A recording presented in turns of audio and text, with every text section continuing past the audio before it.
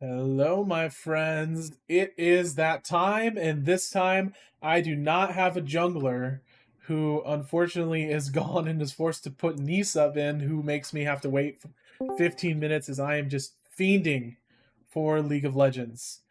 So, today I have with me Yelk, and Yelk will be providing the analysis for this awesome game, as this is a very high stakes game. It is a best of three. However, you win, you stay in, you lose, you're done. That's the split. And tough luck, man. Better luck next split. Do you have any thoughts as we kind of look to get into the draft and get ready? I'm just super excited to see these teams play. I don't think we've seen, we have not seen K5 versus Bog Dogs yet this split. Mm-hmm. Obviously, they're two of our top teams. So getting their first matchup in the upper bracket here in playoffs, I think is super exciting.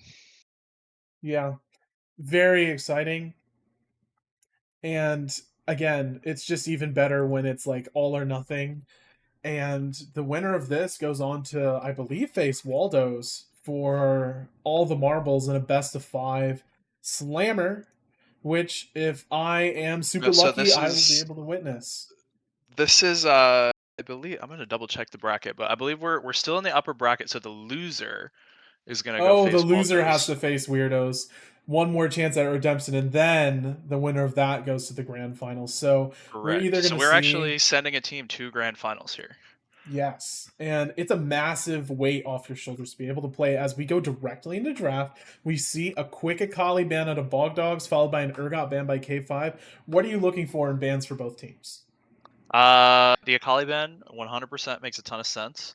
It's Yoshai's most played champ this ranked season. I think he has like something crazy, like a 60% win rate on it over like 130 games. Mm-hmm. Um, Bogdog's taking out some of the more standard, Sundered Sky, Cleaver junglers that we're seeing in the meta right now makes sense as well. Um, K5's jungler Boy Wife, big fan of the J4, Wukong, Pantheon, those types of champs. Yeah, and it is kind of a pick your poison on how hard you want to get dove. Um, so you want to take out some of the better ones, and we have seen in the upper division a lot of the games have been decided by controlling the mid wave and by early jungler activity. So it is never a bad idea to take away a comfort jungler from the opposing team. 100%. I think Bog Dogs taking away the J4 lends me to believe that they're going to be playing some kind of a standard immobile AD carry, maybe looking Hmm. towards a Jinx, something that can scale into the game. Let's see what they go Yeah, with for the first pick here. Smolder banned out. I'm not surprised by yeah, that at all. Okay, that yeah. makes sense. J4 ban into an Ashe first pick. Okay.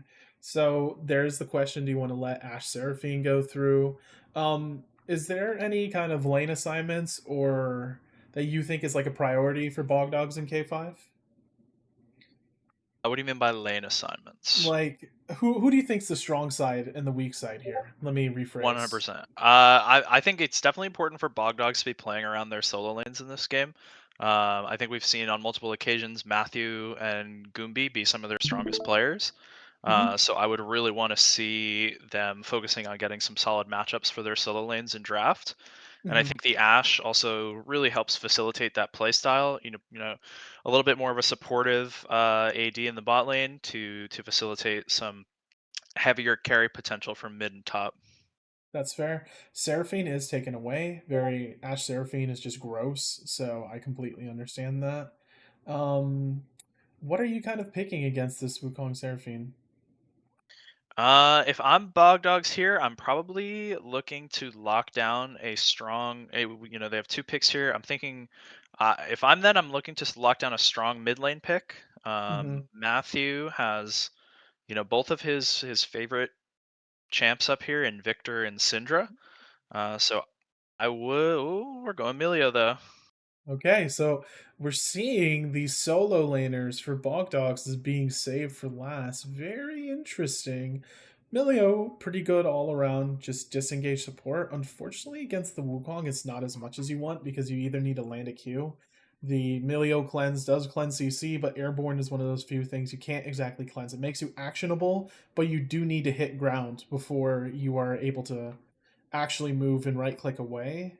Is that a Yunara? Yep, Yunara gets locked in. So we have our bot lane assignments. It's Yunara, Seraphine versus Ash Milia. What's your opening thoughts on this bot lane? I'm not 100% sold on the Milio. To your Mm-hmm. point, the only dive we see on the side of K5 here is the Wukong so far. So I'm not 100% sold on the Milio as the direct answer to that. Um, but and I honestly, I'm a jungler. I'm not 100% confident in my assessment of bot lanes. But I would have to feel like the Seraphine Yunara has a little bit of a lane advantage into Ash Milio just because of the range of the Seraphine and the ability to put down some damage on her as well. Speaking of jungles, it is Xin Shui versus Wukong. Xin Shao actually going to get AP nerfed. We do not see a lot of heavy committal AP Xin Shaos in upper bracket games. I personally love him, but what do you think about the jungle matchup? I think it's your standard. We're both probably building Sundered Sky Black Cleaver. Mm-hmm. Maybe a Triforce for Wukong that could be a little bit more exciting. Um, but I think it's a pretty standard matchup right now. I think Xin Zhao is super strong as an initiator, who's not necessarily going in and CCing everybody, but he's really really great at starting fights on his own terms, using his ultimate to give him some space. Um, but well, I think the onus is a little bit on K5. Okay, I like what they're doing here. They banned the Victor and they picked away the Syndra, Yeah. really limiting Matthew's camp pool as far as mages go. Mm-hmm. I'm wondering if it'll be an Oriana for Bog Dogs I here. was gonna say the Ori is up, and Zen Shao Ori is a lot of guaranteed damage if Zen Shao can find a proper angle. And you said Zen Shao is really good at getting in. He's not so good at the CC after getting in.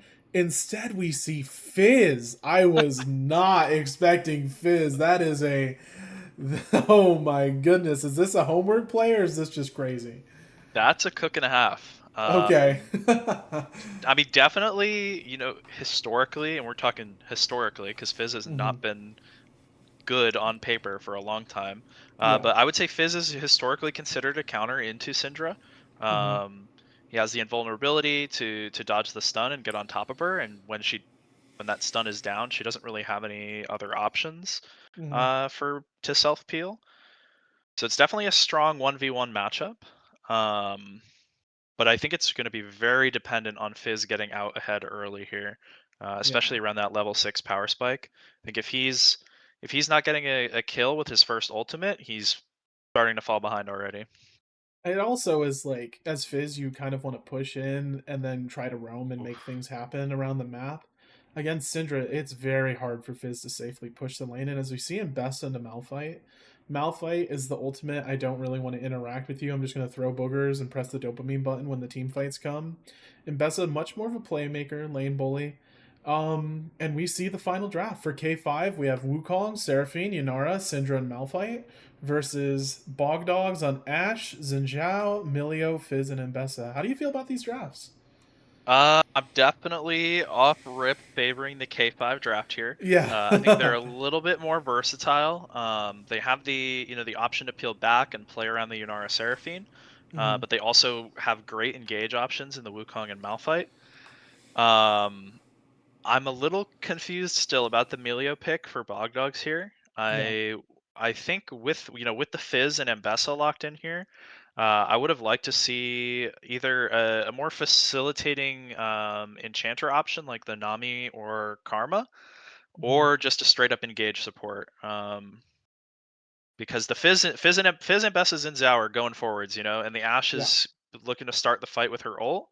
So I would like to see somebody else that's either going to provide supporting damage or follow up more. But maybe Milio is really good into Wukong Malphite, and I just don't know what I'm talking about. I know. It's tough because when you pick Milio that early with Syndra and with the mid and top lane not picked, it does give K5 the ability to pick CC that you can't undo with Milio. Yes, the stun is undoable. However, the Syndra knockback is going to hit either way.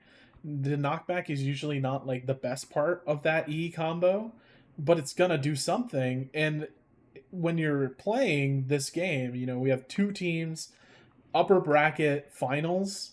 Like a millisecond can be the difference between you escaping with your life and dying very quickly, especially in a team where there's a Syndra, Yunara, Wukong. It can be the difference between life and death. And unfortunately, Milio is only cleansing what appears to be roots from Seraphine and the stun portion of the Syndra combo, which is just not a lot in the grand scheme of things. Yeah, I would tend to agree. He's also not doing a ton in terms of mitigating the burst damage from Mm-hmm. the Malphite Syndra combo.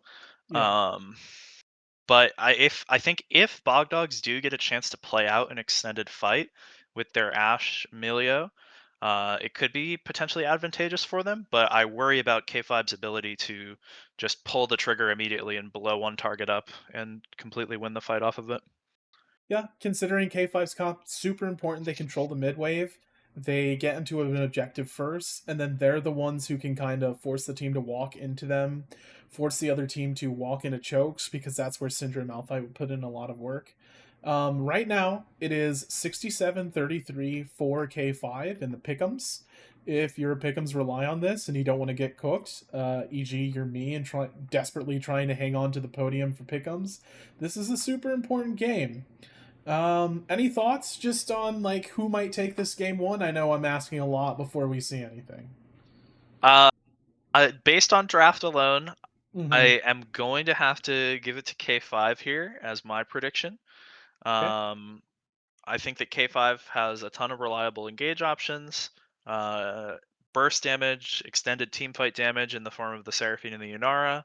Mm-hmm. Um, I think if Bog Dogs isn't getting set up and looking for picks on objectives, they're going to have a tough time playing out fights. Yep. Absolutely true. So we see, guys, the picks have been locked. The spectator delay is just about to start. We are going to take a quick break to make sure we're ready to go. We have everything ready to go. I can set up the game, but trust me, we will be back in a flash. Again, we are just waiting for the spectator delay, and then we can get into game. I cannot wait to watch it with you, but for now, we will be right back.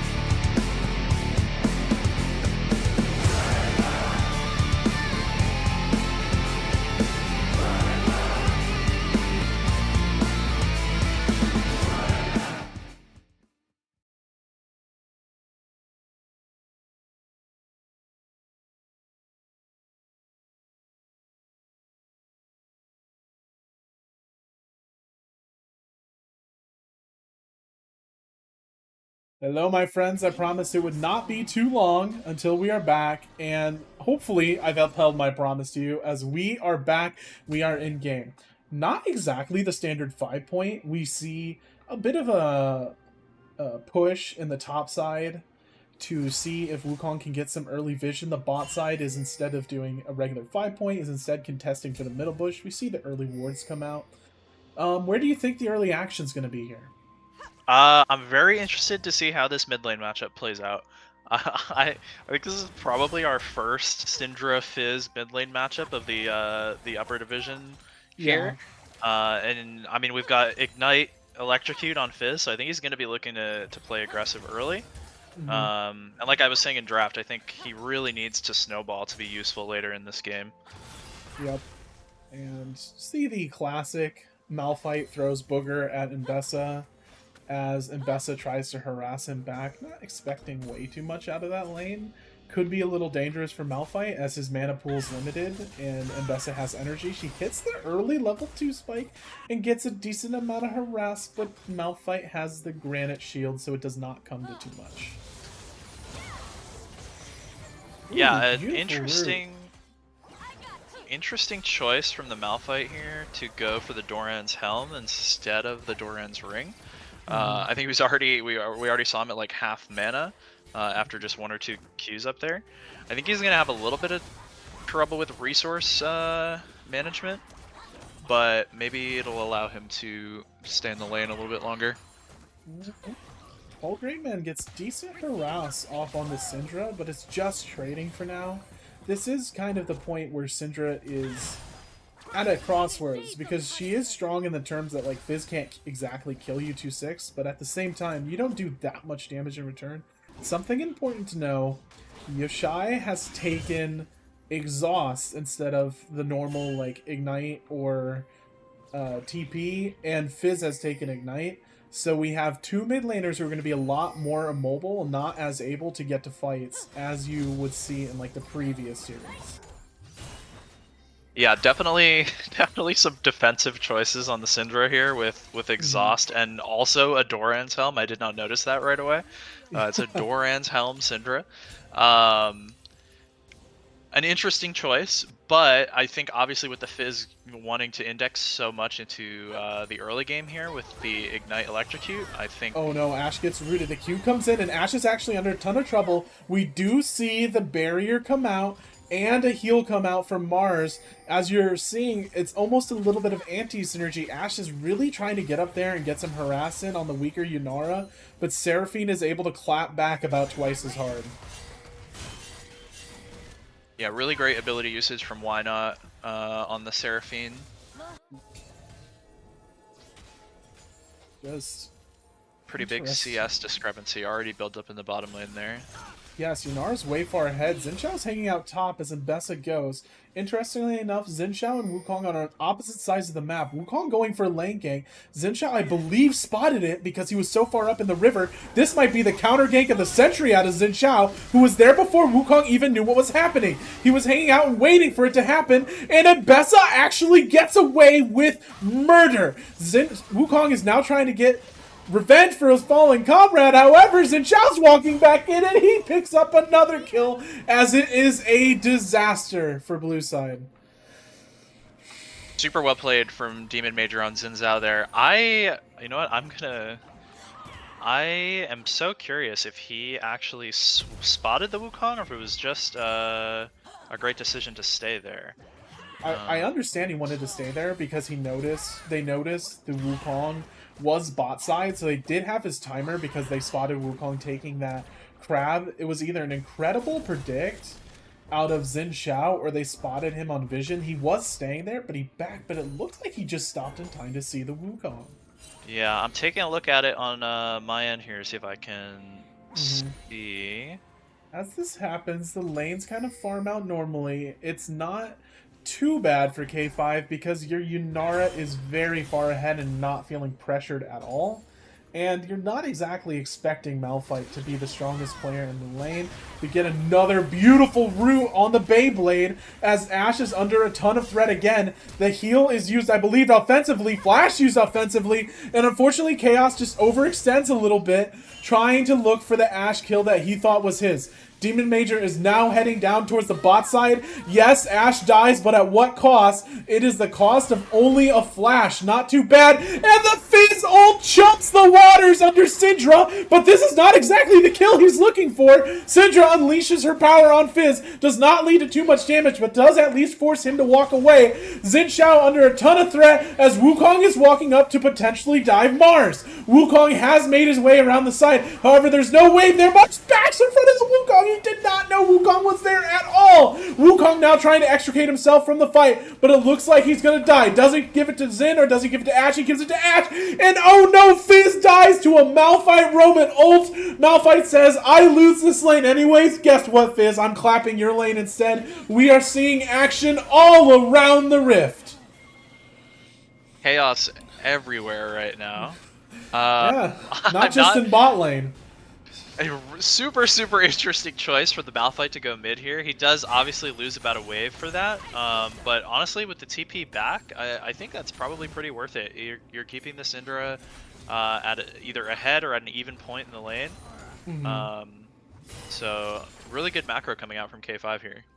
And I think if you're BGG here, especially with how bad that early fight went, like, you're just happy that you're contributing to the team here. You've completed your ultimate objective as Malphite to hit level 6 without giving up way too much. Like, yes, Investa is going to be more fed and more powerful than you. Oh my gosh, Root Hala gets rooted again. I know your name is Root. You do not want these Seraphine roots. This guy wishing Seraphine was on his team as he gets rooted a second time, but they sniff out the whole Grain Man gang. It might be a dive onto Yunara. She does have the ability to transcend, and she does. She dashes away and tries to make distance. That's just a beautiful charm by Why Not there. And Xin Zhao was forced to flash to not die to the tower. The dive is successful, but a lot was spent on both sides there. Definitely worth it to get a little bit of gold on the Fizz here, even though he is losing a wave in mid. They're gonna want as much gold on him as possible so that he's able to make an impact in the mid game. Yes. I'm looking at Demon Major's itemization on Xin Zhao here. It looks like he's going for Titanic first, so I wonder if this is going to be a hybrid AP build. Oh, yeah, usually the Titanic first is on the hybrid APs. You build Titanic, and then you go into, what is it? Oh, it's Dusk and Dawn into Riftmaker if you're going for the standard AP Zen builds. However, that means your early sustain is actually quite bad compared to how it is with Sundered Sky, because you do not get that burst of healing that you're used to. Yeah, a little bit of an early game sacrifice there, but considering how ahead he is in gold right now over the Wukong, I think he can probably get away with it pretty safely. Oh my, another root on Root Hala. I'm super impressed by Why Not and Chaos here. They're doing a great job of utilizing the Yunara W into that Seraphine double E. It's not a combo that would have jumped to mind immediately, but showing that Seraphine can function with more than just Ashe. Yeah, the arc of judgment has been unfortunately judging Root Hala unworthy, as it just lands alongside the Seraphine beat drop, and it's just painful. And unfortunately, what is Mars able to do? Like, what are you able to do as Milio? Throwing your Q against these two range champions just feels like a lost cause. And, oh my goodness, they're seeing a blue side invade, and we might see the counter dive. Xin Zhao is backing. He's on the wrong side of the map. Yoshai gets a beautiful stun off Fizz, but I don't think it will mount too much. And the K5 bot lane begins the retreat. The ult does land for Fizz, however, it doesn't amount to much. The one thing I will say is that, yes, Fizz has gotten a kill, but I don't know if he's as strong as you really want him to be. Yeah, it's definitely going to be super integral for them to play around his first item spike. It looks like it's... Oh no, the Enchanted Visceral Arrow comes out on Why Not. Why Not walks a little too far, and it's time for Chaos to bail. A beautiful ult from the Seraphine, a beautiful idea. Unfortunately, it doesn't land. The ult is just not long enough, as Chaos is under a ton of trouble. The Crescent comes out, and Xin Zhao's wind become lightning does not get the kill, but Ashe is able to take it after taking 2 massive tower shots. However, the Ashe is alive, the lane gets pushed in, and the dive does work out. Yeah, nice little play from Bogdogs on bot. Actually putting them up a little under 2k gold here in the game. And considering the issues we had with their draft, doing pretty well so far in this one. Yeah, and if we're looking at the gold, I believe that Yunara has actually fallen a bit behind Ashe. Yes. Actually, they're actually just even, but considering the CS diff, you think it'd actually be a massive gold lead for Yunara. However, the kills have brought Ashe right back into it, and Ashe can do a lot of damage. We do talk about the Enchanted Crystal Arrow when it comes to Ashe, but she can do quite a bit of damage if she's left untouched, and she's getting herself a good little gold advantage here. For sure. Definitely holding on to relevancy with a couple of those kills. I think if we're looking at, you know, this same CS discrepancy, but he's 0-2 instead of 3-2, it's a very different game. Yeah. And speaking of excitement, guess who actually rushed the Triforce? You were speaking about what brings excitement on Wukong and Triforce. He actually does have the Triforce here. So we see 2 Sundered Sky champions and actually 0 Sundered Skies in game, as both of them go a different path, which is very interesting. Yeah, it definitely is. I'm a little worried there's 2 schools of thought I think in this game for Demon Major's build on Xin Zhao. You know, you see the Malphite on the other side, a huge armor tank, and I think your brain instantly goes to you're going to want that Black Cleaver to help Ashe and Ambessa shred. But then on the other side of the coin, you know, maybe he goes into the AP build here to just ignore that armor. And I'm waiting to see what his second item will be, but I am assuming, like you said before, it is going to be that Dusk and Dawn for a little bit more magic damage. Looks like it's just a vision fight here. However, we are seeing massive pings out of Bogdogs as the flank TP comes down. And fortunately, Yunara is able to descend and make it and a beautiful ultimate. The cleanse is popped. I believe that was a Mars... Where did that cleanse come from? The cleanse is popped, and fortunately, it is able to be stopped, but just a trade of summoners and TPs.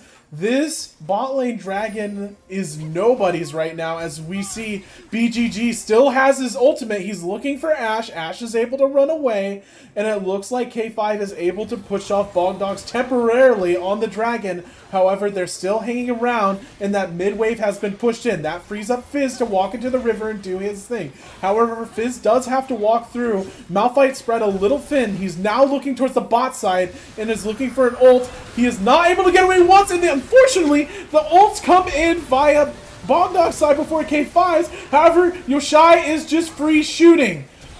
The ADC is able to pick up the kill on Ambessa. Sorry, my throat just left me there. But the fight ends up in Bogdog's favor. You just traded a 3-for-1, but you did get the dragon, and that... I like the dragon, but the gold lead will just keep going here. Yeah, super interesting fight. I don't really know if Bogdogs had much right to approach there with the Malphite R up and without their 2 main engage options, with the Ashe Arrow and the Ambessa R being down. But really well played from Wholegrainman to actually land that Fizzar on the Yunara. I think on that bot lane play, when we saw Ambessa TP down, the Yunara R actually did come out there. So knowing that the Yunara did not have ult, he's able to land that fish on her. And I think that ends up turning the tides for them a little bit, no pun intended. Yeah, Yunara gets chummed there, and we're just seeing that K5's bot lane, the 2v2 is getting outplays in K5's favor. However, macro-wise, Bogdogs is just responding by putting a lot of pressure down there. And unfortunately for K5, the kind of team rotations make it work. And Malphite was not able... I think he needed to commit earlier, because the worst thing you can do sometimes as Malphite is to get a reactive ult instead of a proactive ult. Because when it's a reactive ult, you're just not getting the, blow up that you're looking for. You're instead peeling. And a peeling Malphite ult just feels sad. 100%. I think you're spot on. Bogdogs was lacking in both of their their engage tools. The onus is on K5 to start the fight there, and I think they just needed to pull the trigger with the Malphite arm. Yeah. Really nicely played by Mbessa. She did get traded off. The Enchanted Crystal Arrow meets the Waters is Chum, but a beautiful clone by Wukong. I don't know if that was intentional. Takes the bullet down Mr. Chaos, down Mr. President. We are seeing Fizz walk down to take care of the Syndra. If we do see a Grubbins fight, it will be a Grubbs 4v4, or sorry, a Shelly 4v4. It looks like K5 is okay with just taking this mid lane push before they do anything else. It's really nicely done. Ashe now has to take care of waves, and K5 is walking up to force a fight here. I do not think they're fast enough. BGG does have ult, but he is a chunky, slow rock. He does not even have his boots yet. And unfortunately for K5, Bogdogs just takes the objective and walks away. Yep, well played from Bogdogs on the map there. You know, they get pressure mid with the Fizz roaming up, throwing the R at the Wukong. And they're able to take Herald off of it with Fizz. He's probably going to end up having to give bot tower here. Yeah, but it's unfortunate, not but the end of the world for them. Yeah, and Shelly, if you use it right, can provide you a lot of opportunities. If it was a mid tower, it'd be a little more tragic. Bot tower is not the worst thing in the world. I am a little worried that it feels like K5 is the one behind the objectives. They're not taking care of their mid wave first, and they're not kind of getting the exact vision that they want. And it's leading to them kind of having to eat things like Fizzled or things like the kind of bot dive that we saw that took away the Yannara Transcend, and they're not having everything they want for these fights, and K5 is a team that wants all these ults. Oh no, the Waters have been jumped and Syndra has no Shark Cave. She gets immediately killed off by Whole Grain Man and Demon Major, and now we are gonna see the bot lane recompense and even more. Chaos does interrupt the Ashe back, but there's not much to be gained here compared to the bounty that Fizz is going to take in the bot lane with a second Shelly charge. Yeah, fantastic side lane play there from Bogdogs. Knowing the Oh Syndra no, is the Enchanted vulnerable. Crystal Arrow comes out. Seraphine in a ton of trouble. She is forced to walk away. Does get a nice slow, but Demon Major is here, and he's ready to play. Why not does get knocked up. Shoots out the ult in response, but not much happens. Yannara transcends, and Wukong gets a beautiful ult, knocking up 3. However, Fizz has showed up as well, and Seraphine is immediately killed. Wukong now in a ton of trouble. He's not as tanky as he'd like to be. He's only got the Triforce. Wukong trying to get some damage before he goes. Yannara trying to bail the fight, but Yoshai's here like a day late and $1 short. Yes, they get the Mbessa, but you just gave up your jungler and your support. Yeah, interesting. I didn't see where. I guess Whole Grain must have come from bot side. I don't know if he had reset. He walked the Herald into the lane, and then he walked through the blue side jungle up to the fight, I believe, and that's how he got that nasty angle. Yeah, he found a good angle there. I wish that their team fight had been a little bit more connected. With the Wukong and Malphite diving backline. Felt like they could have gotten more there if they were able to peel back out of those ultimates a little bit more effectively, but Whole Grain gets on the backline and they end up basically going even in the fight. Yep, and we see that Whole Grain Man is up to 3 kills and a massive lead, and this is what you want to see on Fizz. He is making his presence known in the game, and now, is this just a little NA ramp, the NA Classic? Yes, it is. As K5, actually the first ones, despite being behind, to take that mid tower, as that's kind of the things you give up to take the objectives when you're Bogdogs. We see a bit of a dragon dance, and before we do anything else, I think I'd like to hear what K5 are saying as they attempt to take this drag. R. Huge. Okay, we want to control this choke. Let's start the dragon, and I want to control this as soon as they walk through the choke. Oh, I'm coming. Yeah, just go on Fizz. Yeah, done. There's no flash. No flash, no R. I'm missing here. They're both engaging on me. I'm just gonna walk away, save my ultimate. Okay. How hard do we chase this? Oh, Ult you out. We back. need to kill this guy. I'm gonna miss ulted. Should die. He loves soft. Oh, go calm. Just a bit of a tough break there. You see how, even though Fizz didn't get the kill he's looking for, he is just pulling K5 around the map. And he actually gets Oh my himself God. to execute. Wow. Whole grain, man. Hats off to you, brother. You basically hand-fed that dragon to your team. Yeah, that was fantastically played from Holgrain. Definitely wishing he could have gotten the kill on Syndra there with the initial ultimate onto her. But super worth it for Bogdogs overall to pull K5 off of Drake. They get a good engage with the Ashe chasing down the Malphite there, and overall just a really great fight for the Bogdogs. And you hear K5 saying, I think it was Chaos saying, we need to take this mid wave and force them into a choke. Unfortunately, your bot laner got caught in rotation, and this is the part where you're just 10-20 seconds late to what your team wants to do, and it's punishing you right now. Syndra needed to push out that wave, walk around the backside, because Fizz is just so dangerous when he's in a lane with you. He'll cut you off in rotation, and he wins that 1v1 right now. He is a massive threat, and Syndra, as you said, is very lucky to escape with her life there. 100%. I think we're going to continue to see this be an issue, putting the Syndra in the side lane. I think she's losing to both Fizz and Mbessa right now. So if Bogdogs is able to continue making picks on side lanes like we've seen them do so far in this game, I think that's probably their route to finishing this game out in their favor. But as Chaos so nicely laying for us, K5's win is very spelled out for them too. They need to be the first one at an objective, they need to force Bogdogs to walk through these chokes, and they need to get multiple ults layered on top of each other. The path is open for both of them, and to be honest, a 4k gold lead at this point, it's actually, it's closer to, 4k gold lead. It's a 10% gold lead. It's not the biggest thing in the world. It's completely playable. However, it's an execution factor we need to see here in terms of a macro execution. Look who's the first one in front of this Baron right now. See the Wukong. See another Fizzle go out. Fizz gets a little punished, and Best is playing with Malphite in the bot. Oh no, Milio got caught by a root. Beautiful Q by Marzipan to bail himself out. And I think we're just fighting over a dead tower here. Syndra has the mid wave pushed out, but I believe you just need to regroup and push in as 5 from one direction. Yeah, Bogdog's doing a great job of taking space on the top side of the map here, using the threat of that Fizz in the side lane, moving Milio and Xin Zhao through the jungle. Oh, beautiful ult, and Yoshai's under a ton of trouble. The Crescent Guard knocks Yoshai right into the rest of his team like a mini Gragas ult. At the same time, we see a play from Wukong out of the bot side, and Bessa is very mobile, but she's probably dead. Why not barely escapes with his life after getting jumped on by this Fizz. Importantly, the Fizz Ignite is down, but that was an ultless Fizz, as I believe the Baron will be going to the Bogdogs here.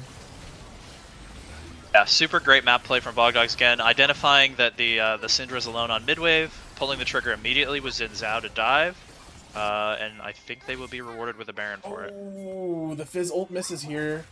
We see a Transcendent out of Chaos. Chaos is able to outplay the Fizz and get the kill, as Fizz just gets blown up. That's one of your most important players without his Baron buff, and the Baron dies before Mbessa spawns. That means the 2 solo laners that you want to push with are actually Baronless. Massive pickup for Chaos there. Yeah, great little kill. Whole Grain Man definitely getting a little bit overzealous there. I think you could see the hesitation when he missed the ult. He wasn't sure if he should E on top of her or just walk away, and I think using the E there in her face leaves him, without any tools to get away, and pays the price for it. Yep. Do you see, in terms of items, it is AP Xin Zhao. The Dusk and Dawn has come through, and we see a Sundered Sky out of Wukong. Wukong going a little more normal. Xin Zhao should now be building, I believe, Riftmaker, which means he's going to be a healing freak, and we do not see Grievous yet on the side of K5. He is going to be disturbingly tanky. Actually, guys, yeah. So, lots of potential for Xin Zhao to go ham here. He has a 700 gold shutdown and has 15 KP. He has been massive this game. Yeah, Demon Major having a great game. I don't really know if K5 has a great answer for him. The only thing I can see is that he's not really indexing in any direction with armor. He's got the Merc Treads. I think if the Yunara is able to free hit on him after his ultimate runs out, the fight could go K5's way, but that's, you know, assuming the Yunara is not dead by the time his ultimate runs out. And K5, I believe, will get the dragon here for no fight. Here's the problem. You're taking the dragon, 2 of your towers are about to go down to the onslaught of Mbessa and a Baron-empowered Bog Dogs team. And Fizz comes in to interrupt backs, and it does not land the Chum the Waters on the Yunara. But look, Syndra and Seraphine have to stay here and play with Fizz instead of defending their base, and they desperately need Syndra. Oh no, why not? It's just picked off by Whole Grain Man. They're able to push Bog Dogs off of their tower. However, the minions are indexing to the top side, and Yoshai has been caught in transition again. However, Xin Zhao went in and ulted without the rest of his team. He still gets the kill. I believe that was the Titanic Hydra Splash that killed Yunara, which is super duper unfortunate, and it looks like we might be seeing the beginning of the end for K5. Ooh, if Syndra goes down here, I think it's gonna be game. Oh, Wukong Syndra's is gonna down live, Wukong's too. dead. I think 2 this is game seconds till for why not Bog Dogs. spawns, but I think it's... Oh no, Whole Grain Man took a extra tower shot that he really can't afford. Now he's dead to a single bit of any ability. He jumps in anyways. He knows if I die, it doesn't matter if I trade off for Syndra. Syndra is dead, and this game is over. Macro masterclass from Bog Dogs at the end there. Being willing to sacrifice that dragon for what originally looked like just a mid tier 2 turns into the game. Yeah, really well played out of Bog Dogs there. They actually had a few missteps in lane. Bot lane was looking quite ugly, to be honest, with Yunara having a massive CS lead. But we see beautiful play via the jungle and via Bog Dogs to kind of push that bot lane back into relevance, and also really well played out of Bog Dogs Fizz there. Whole Grain Man, we don't see Fizz a lot, but if you pull it out in the right situation, he was pulling their team apart. And I think the real issue was they had precious little to lock down that Fizz. Because if you're Malphite or Wukong ulting the Fizz, you're not Malphite or Wukong ulting the rest of the Bog Dogs team. And they need every ult they have to try and make this like front to back team fight work, and it just didn't leave enough to take care of Fizz when it mattered most. 100%. His scoreline, you know, isn't the most impressive at 4-4 and 5, but I think he probably had the largest impact, except for maybe Demon Major. I would probably have to give it to Demon Major. You know, if we're handing out an MVP of this game. But I think Whole Grain Man had the global taunt on this game and was able to pull K5's attention away at the perfect times, and made great use of the assassin. Absolutely true. As we kind of are getting ready to look at the second draft, what are you telling yourself if you're K5 here? Honestly, I feel like they had the better draft in game 1. If I'm K5, I'm just trying to regroup my mental here. I think I would be pretty frustrated after losing to a Fizz that was that obnoxious. So we're just taking deep breaths. We're going back into our draft prep, and I would say we're just looking to find the strongest picks we can in the game 2 draft. Just to let you know, K5 is red side first pick, and I believe Bog Dogs is blue side second pick.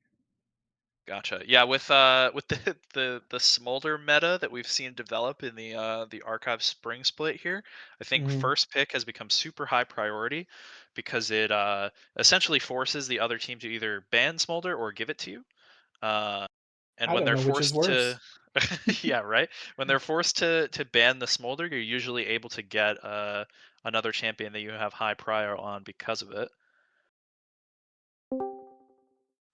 And I believe they're readied up for draft as we are going to see the beginning of draft number 2. Now, they're telling me they're ready. However, I see K5 in blue. But I will trust them. I will trust them with my heart. They surely would not betray me so. Who are you banning if you're K5 here? Fresh slate, and you get an extra ban because you don't have to worry about Smoldy. What would you kind of do here? I personally think you have to ban the Victor here unless you are planning. You said K5 is first pick, correct? Yes. Yes, I think you have to ban the Victor unless you are going to pick it yourself. It's one of Matthew's Whole Grain Man's most comfortable champions. I think it's pretty strong right now, and we just saw him have a great game one on a pick that I'm not sure we've seen him play before. So I would not be wanting to give him one of his comfort picks after that. Yeah, absolutely true. Yoshai looked very human that game. Was unfortunately just, as I said, a day late and a dollar short as the picks are beginning now. K5 with the first ban. Another R draft comes out just for posterity's sake as the draft had already started. And we will see Red Side's first ban soon. Urgot, not surprising, we saw it last game. Kali, not very surprising, we saw it last game. Poppy, not very surprising, we saw it last game. Now, after this second ban, this is where it gets interesting. These are all normal picks. However, it has swapped because now K5 does not have to worry about Smolder. Now it is Bogdogs who does. So we will see a third ban out of K5. I cannot wait to see what they take away from Bogdogs here.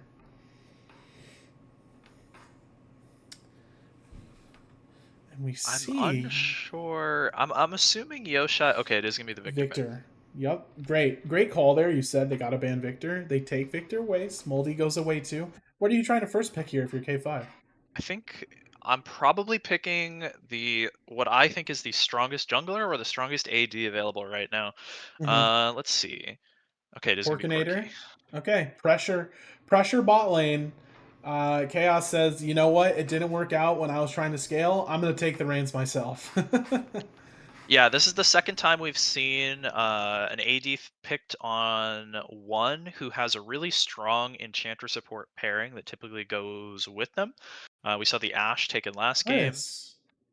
This game we're seeing the Corki. So this puts the onus on Bogdogs. Do they want to take the Nami away that we usually see paired with Corki? Or are they just going to let it through if they have an answer for it? They pick Varus. Now this is the interesting pick because you have to pick Nami right now or it's almost guaranteed snatched up by K5 here. Yeah, I'm not. Oh, Lee. Now that's a pick. I really like this. I really like this from Bogdogs. Yeah, and they lock it. Wow, and now they're saying, do you want to pick Nami? How much disengage? How much do you trust your team to defend this Corki? As Lee Sin is the playmaker, and they're putting it on a guy who had a good 95% of the KP last game, who honestly dominated last game. So I love Lee Sin. Every game you have Lee Sin is going to be a spectacle. 100%. He's been buffed a few patches in a row now. I think the champion is at a pretty the old nun ban. That's an oopsie poopsie. We will be looking. And the champs immediately come out. The screaming commences in the league chat as this is an Ahri Pantheon pick, I believe. Ahri Pantheon. Gotcha. Strong answer to the early game power of the Lee Sin. Being able to lock the lead down with the Pantheon stun into the Ahri charm is a pretty solid answer. But Bogdog's definitely throwing down the gauntlet here, saying, hey, we're going to go early power with the Varus and the Lee Sin. What are you going to do to match it? And I think K5 does pretty well with their first three picks here. Yeah, and this one looks to be much more bloody. K5 was not looking, they were looking more for like front to back kind of setups. In this game, they are kind of saying, you know what? We would like to throw down the gauntlet. We're going to play exactly the same way you do as we see an Annie pick on the other side. Wow, Whole Grain Man is pulling out champs that you're just not exactly used to seeing. Pantheon does get properly swapped in, so nobody has to be worried. Just crazy. Annie suffers a little bit in the early game. She's not exactly got the range, and Ahri has a much easier time getting early clears out. But once you hit 6, all bets are off. Yeah, it's a phenomenal playmaking combo with the Lee Sin and the Annie. You're looking to, especially on those level 6 spikes, get explosive here. So I would expect to see Bogdogs trying to push the tempo a little bit more in this game. Yeah, very interesting to see. Now, also something to consider: Pantheon is a jungler, but he can also be played as a support. So they do have a bit of flexibility there. His support has kind of fallen off in how popular it is, but we do see a bit of a flex. There's actually a lot of open things for K5 to do here. Yeah, I mean, technically speaking, Pantheon, could be a three-way flex. It can go jungle, it can go top, or it could go support, like you said. I am expecting it to go jungle here. I think it's a pretty solid answer into the mobility of the Lee Sin. But absolutely, to your point, if they see a better angle, they could send it support or top. Mm-hmm. Scion ban and Cassante. Now, I am 100% an advocate for banning Cassante because I do not want 200 years of Riot game design jumping on me. And we saw Cassante do a ton of work in Waldo's Weirdos' game in a lane that pretty much should have been a handshake. Aatrox, pretty standard blind. Yeah, I'm not. Obviously, we see I think the Cassante ban comes out from Bogdogs. Mm-hmm. With the intention of probably picking the Scion for themselves here if it's not banned away from by K5. So a smart response ban with the Scion. Cassante generally considered a pretty good matchup into Scion. But as we see here, they neglect to ban out the Nami. So K5 is going to get a pretty strong bot lane duo here. Yep. And again, it probably is Pantheon jungle now. Pantheon not too great into Aatrox early. Actually, he's great into him early, but once it gets past the first few levels, it's not too great for Pantheon. Ornn looking like it'll come in, which is just I'm hoping this Aatrox doesn't get too fed. I'm just gonna chill. For me, it kind of feels a little at odds with the rest of K5's team in the terms of K5 has a lot of wants to engage and play, and then Ornn is very reactive without the horn and without getting in. But I mean, Ornn is a great champ, so I can't be too critical about it. Yeah, it's definitely a safe choice here. Mm-hmm. I agree. It doesn't synergize too well, but Ornn can kind of he can kind of fit in wherever he wants. Oh, and that's a shot in the kneecap. Braum completely shuts down Call of the Forge God with his E.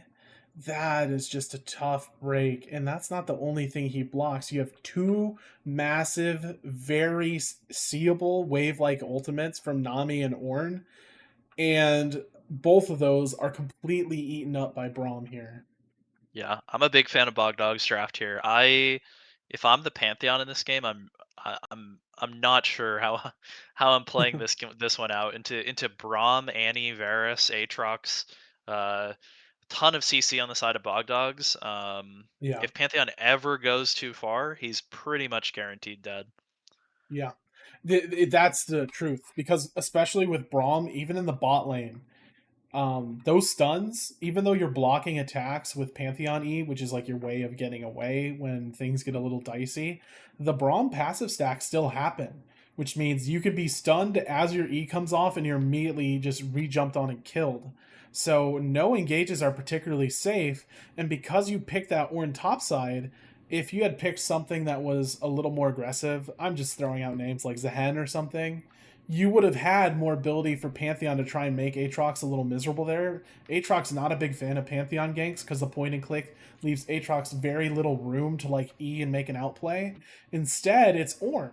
And yes, Ornn can do damage early, but it's a lot of conditional, needs to land the bellows, needs to get procs, and he's just not all that proactive. I think, interestingly enough, that if I'm Pantheon, I'm actually focusing a little on mid here, which is crazy because diving in Annie feels almost like you're jumping in and trading off. No, I think you're spot on. I think just based on draft, I think mid is probably the most advantageous lane for the Pantheon to be ganking. I think I'm a little bit worried about K5's damage output here, especially as we get later into the game when the Lee Sin is starting to grab some HP, the Braum is getting tanky. I think K5 is going to need their Ahri and Corki to be ahead. And I would start with the Ahri. You want to get that Ahri out of lane. You want to get that Ahri diving bot. So I think attacking the Annie early here is a great decision for K5. We are waiting for a top laner to come back, as I've been given false information by Chaos, a man I trusted with my cast and my life yesterday. He's he has sent me misinformation and got me hyped. But yeah, I'm a big fan of Bogdog's comp here. I think it's really well played, and I completely agree. As the game goes on, the damage sources, it looks like it's Corki. It's not nerf or nothing. It's Corki or nothing. Like when Corki goes down, yes, you have Ari, but who's cooking that Braum, Lee Sin, Aatrox when they all get kind of tanky? And you're really right on with that. It feels like K5s needs to strike very quickly to make the game go their direction. I agree. Yeah, as Rogue is saying in chat, I think Pantheon and Ari have to be ahead in order for this game to work out for K5, and I think they've got a tall task ahead of them with just the core three of Varus, Lee Sin, Braum. It's such a dangerous three-man unit early in this game. So if we can see Bogdogs get any type of pressure in lane bot, I think you're going to see really, really great early dragon control out of them. And I'm not really sure how K5 approaches that three-man unit. Also, beautiful diving comp too. Lee Sin is one of the classical divers up there with like Nidalee and Elise in terms of being able to make a lot of action happen. And Braum's just super good at just I press R button on a mobile support and hit them up into the air and they die. So I'm a pretty big fan of Bogdog's pick here. I agree. The only thing you can go. I was gonna say the only thing they're lacking is a little bit of a what I like to call a dedicated go button. You know, obviously they've got the Varus R, but it's a skill shot. It's a little conditional. I think their most reliable engage is going to be the Annie Flash Tippers, or you know your Miracle play from the Lee Sin here. But Lee Sin is looking at two very mobile champs on the other side with Corki and Ari. So I think I'm not really sure who he's looking to engage on, unless it's a out of position Pantheon or an out of position Nami. Well, guys, we have the spectator delay up. We're going to take a quick break so we can get water and recenter and get everything ready for the in-game stuff. I highly recommend now's the time to get water, get popcorn. This game will not be slow for long. We have two teams that are looking to get a lot of early game action in. You don't play Lee Sin without an early game plan in mind. Don't play Pantheon without one either. So please take a little bit of time, get some popcorn, get some water, and get ready for another game of League of Legends.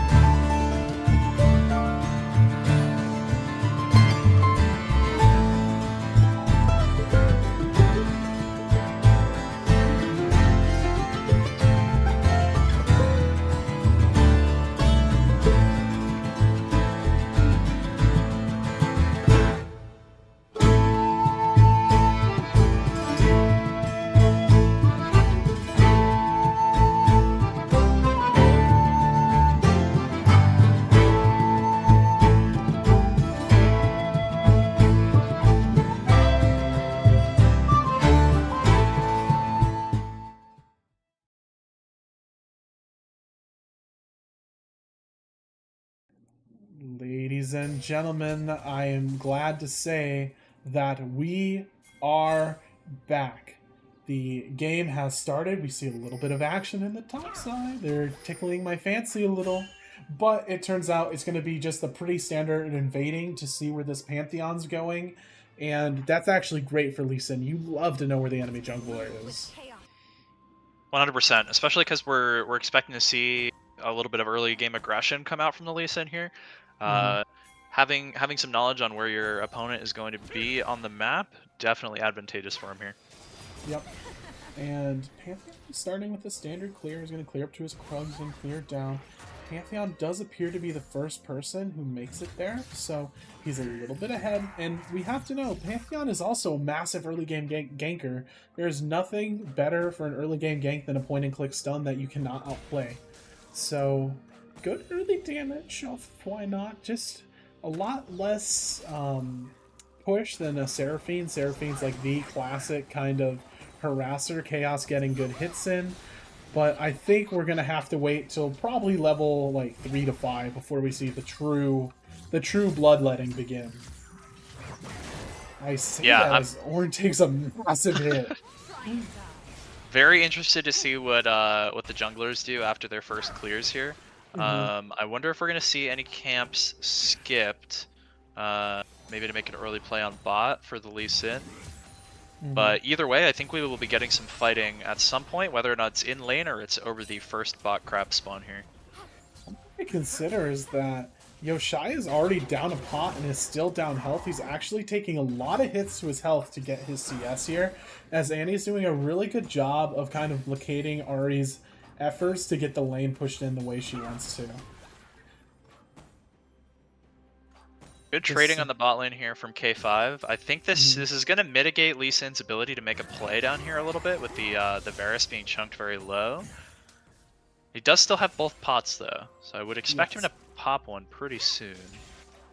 Another thing to consider is that it's almost a two-wave gap in terms of Root versus Chaos right now. Chaos farming very well basically takes a free back, which denies Lee Sin the gank he wants really early, as we see Nami and Pantheon heading where? Well, from the scuttle to the mid lane, and Wholegrain Man might be in a lot of trouble. I think he got griefed by a minion there that gave Annie an early tip-off. Annie's able to flash away from the charm, but a flashless Annie is basically Pantheon bait. It makes it so easy for him to get in on a gank after he finishes the next clear. If I'm Pantheon, I'm clearing my top side and I'm walking right to mid. If I'm Lee Sin, I am camping that mid lane because I know Pantheon's coming. 100%. I'm interested to see what Lee is doing here. We're hanging out in the line brush, maybe looking to make a play on mid. Has not reset yet. Oh my gosh, Ornn might kill Aatrox here even without Pantheon's help. Pantheon forces a flash away, and I think Ornn's waiting for the Bellows. He flashes too, but it was just too little too late. He does not get the slow in time to stop Aatrox from reaching the tower. That's 2 flashes for 1. A bit of a win for Goombie, even though he was on the losing end of the trades there. Yeah, that's a... in solo queue, I'm all chatting if I'm Aatrox there. I'm letting him know they just burned 2 flashes. WURF. Like, thank you, bro. Precisely. Yeah, absolutely. And let it be known, he's also, even though he got like kind of shoved out there, he's still up in CS. Definitely. Another thing to note here, I've been watching the Lee Sin jungle pathing. He's going to be... I'm not sure I agree with the strategy here. He stayed in line brush for... Oh, bubble on Varus. It's a tough just spot classic for the Bog Dogs. It does look like it's going to end up pushing to them at some point here. But let me tell you, we said the Bog Dogs were doing all sorts of suffering last game. What happened to them? Well, Demon Major came down and bailed the heck out of them, and basically bailed them out of that lane. So I'm kind of not surprised to see K5 kind of double down on punishing them. The real key is, are you able to deny Lee Sin his ability to force you early? The fortunate part is that until you see 6s out of Varus and Braum, these ganks are not particularly easy. You can probably pick off a Nami, but without like that hard engage off of Braum or that go button, as you said, it is kind of hard for Lee Sin to get the ganks he truly wants. Yeah, it's super reliant on Braum landing a Q or getting an auto range, which against the Corki Nami is not easy. Not the greatest. Yeah, not the best strategy. Ornhorn comes out as we see the Aatrox pop the wings. Unfortunately for Orn, Aatrox is able to walk away. But taking away the World Ender isn't the worst thing in the world. You're still able to keep this Aatrox on the back foot. Unfortunately, because Chaos and Wynot had to walk up for that dragon, Wynot takes a big amount of harass. And look who's lurking in the lane bush as they were taking that drag. Pantheon has backed. Lee Sin smells the blood in the water, but unfortunately the lane is not pushing properly. It's pushing way too hard, and Lee Sin is walking up, but oh my gosh, they're trying to hold it. Is he gonna punish the hold? Ari is coming down as well. Lee Sin lands the Q on Chaos, and he's forced to back, but Ari has landed. The Spirit Wish comes out. The charm has not been used yet. A beautiful flash by Lee Sin, and Braum eats the charm and is killed, but the true prize has not been found yet. Nami lands a bomb. Lee Sin's in so much trouble, and he gets instantly killed. What a beautiful roam from Yoshai. Super well played from K5 to respond to the play there. I'm not sure what the look is from Lee Sin there. Your Varus has not based yet. They're shoving the wave in, and your bot lane presumably does not want to fight in that position. So an interesting place to be. This is a very dangerous look from Ari. She was down in ult. If Whole Grain Man had his passive fully stacked, that might have been in dead Ari, which is crazy to think about. Very lucky that Whole Grain Man was like Qing and Wing to push that wave to punish, because if Whole Grain Man had the Pyromancer up, he was in a ton of trouble. 100%. I really want to see Lee Sin show up mid soon here. With the RAR being down, I want to see him there to at least try to blow her flash, make some kind of a play around your Annie with Ignite and ult up. Yeah. And important to know here, Yoshai has TP, Annie has Ignite. So every second that this Annie is igniting, has Ignite without a kill or some kind of lane progress being made, Ignite feels like a dead summoner spell. Yoshai has already made great use of his teleport. 100%.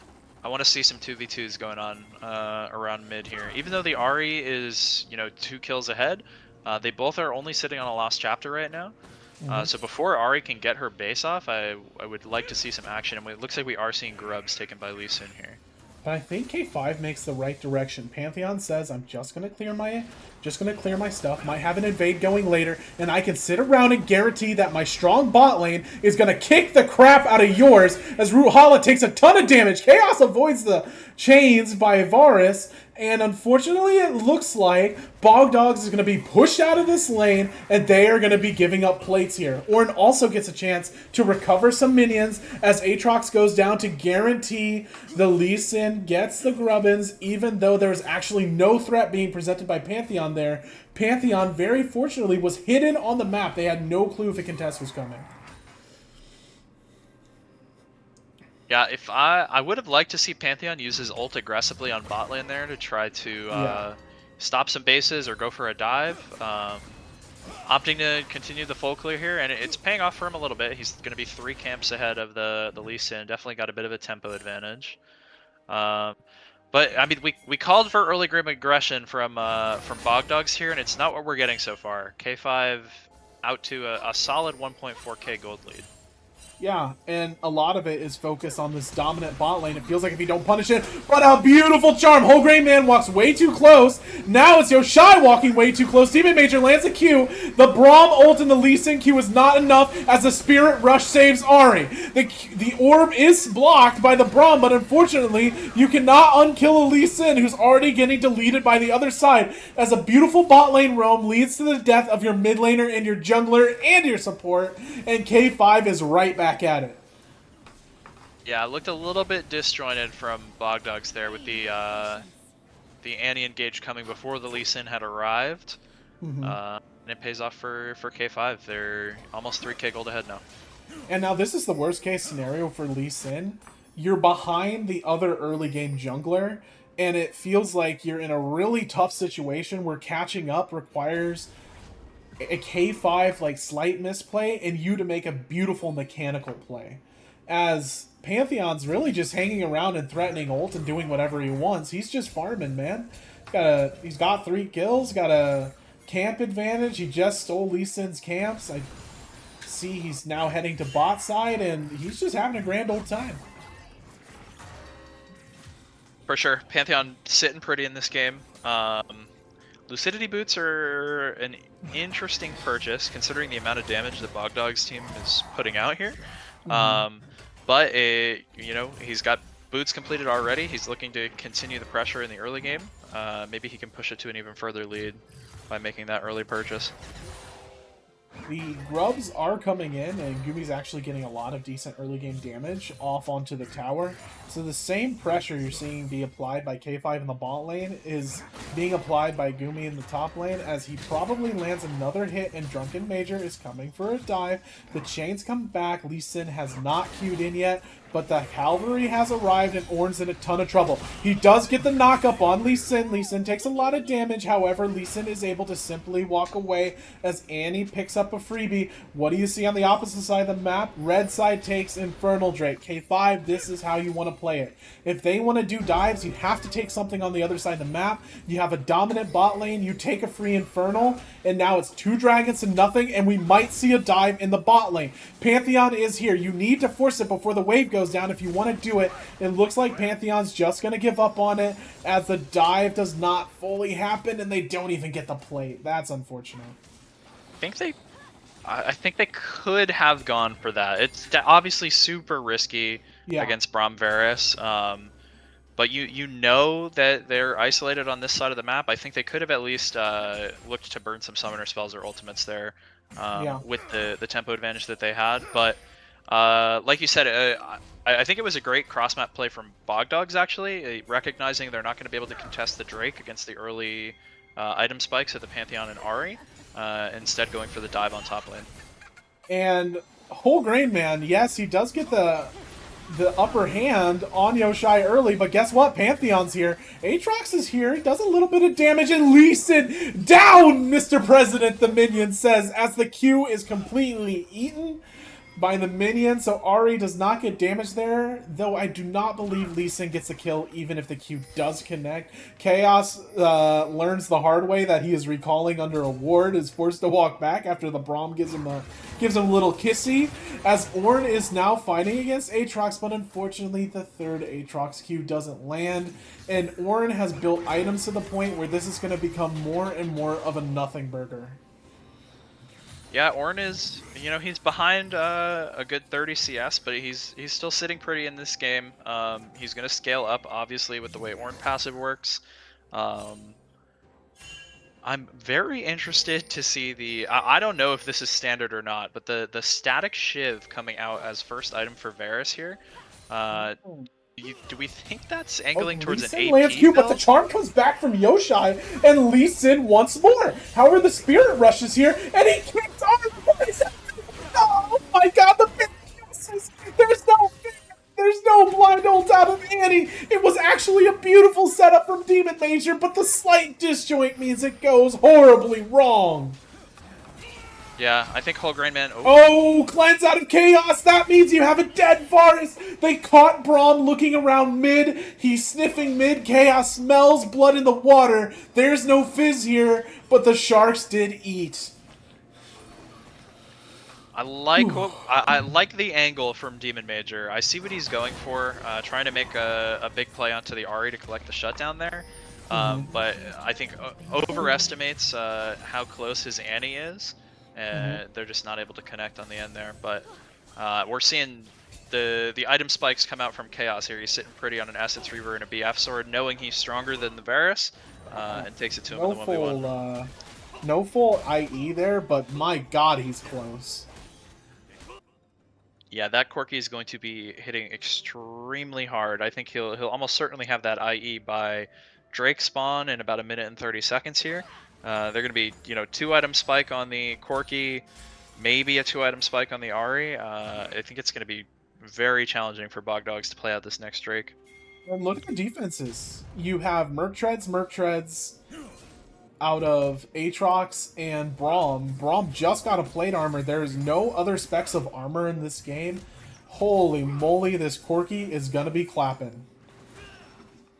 Yeah, if Chaos can get his damage off here, I think K5 are Oh looking no, good. the flash goes in on the wrong character, Chaos Lives, or was it the wrong character? Was that Lee Sin? Thank you!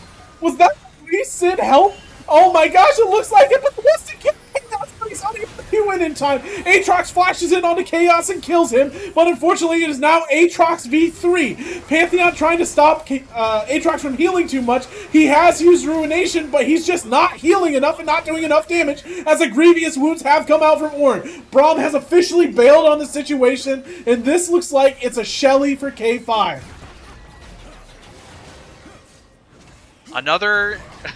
Another good angle, I think, from Bogdogs there, but they're overplaying a little bit. You get the really great pick onto the Nami there, and I think Demon Major is seeing his future highlight reel, and he goes for the kick onto Corki, but actually ends up pushing him away from his team a bit. Oh, At least he gets the kill here, right? Right? 100%. Right? Oh, Ari's there. Oh, Ari's here! And it's just a disaster! The Demon Major is gonna die right before the dragon spawns! That has to be concession from Bogdogs for this dragon. 100%. I think you've got to just take the Nami flash as a victory there and leave for the Drake setup. I think Demon Major trying to do a little bit too much. I understand why. You know, you're playing the early game jungler, and you've fallen incredibly far behind in the early game, so you're looking to make it back up, but not paying off for him so far. And it feels like when you're a jungler a lot of the times, you are the side character as your lanes are doing their thing. There's one exception. When the objective is up, you cannot die. Because the #1 way to seed an objective is to get killed. Because now you're Smite there, it's so hard for them to play unless your team is very overfed. But Annie catches Chaos, but Chaos is still alive. Massive healing, and I don't think Tibbers is going to catch up in time. He attacked the bear that had the fire shield on it, and it kills him! Did he auto? I can't believe that happened. He just took an auto on something he absolutely didn't need to and died. They get a kill back onto Gooby, and the Pantheon ult comes in. Pantheon enjoys a nice long combo breaker worth CC chain under the tower and gets killed. K5 overplaying their hand a little bit after getting a massive advantage. Yeah, super scrappy game. A couple bounties picked up for Bogdogs here. I didn't see who got the kill on the Pantheon there, but whoever did is going to be having a pretty big cash infusion. It was I think he had Varus. Okay, that's great for Bogdogs, I'd say. I believe he had the full 700 gold bounty there. So did. accelerating the Varus back into the game a little bit, going to be big for Bogdogs' chances. It's still about a 5k gold deficit for them. But I think they're doing the right things. They're not rolling over. They're looking for aggressive plays here. I think they just need to continue playing around their Annie. Mm-hmm. And Annie's landing these really nice ults. And finally, this time, they kind of take their spoils and leave and get really nice shutdowns. And it feels like Pantheon kind of forced something after the fight was over, and it just really didn't work out for him. Yeah, I think if he had pulled the trigger, a second earlier, maybe they catch him before he's, under the tier 2 tower. But yeah, with the pickup on the Aatrox there, they could have just taken some space on the map. I think we're seeing both teams feeling the pressure a little bit, trying to make some now plays. We see Ornn in a ton of trouble. Marzipans is behind Ornn. However, Ornn sniffs it out and is able to walk away before Lee Sin connects. I do not believe that Annie and Braum alone can kill that Ornn.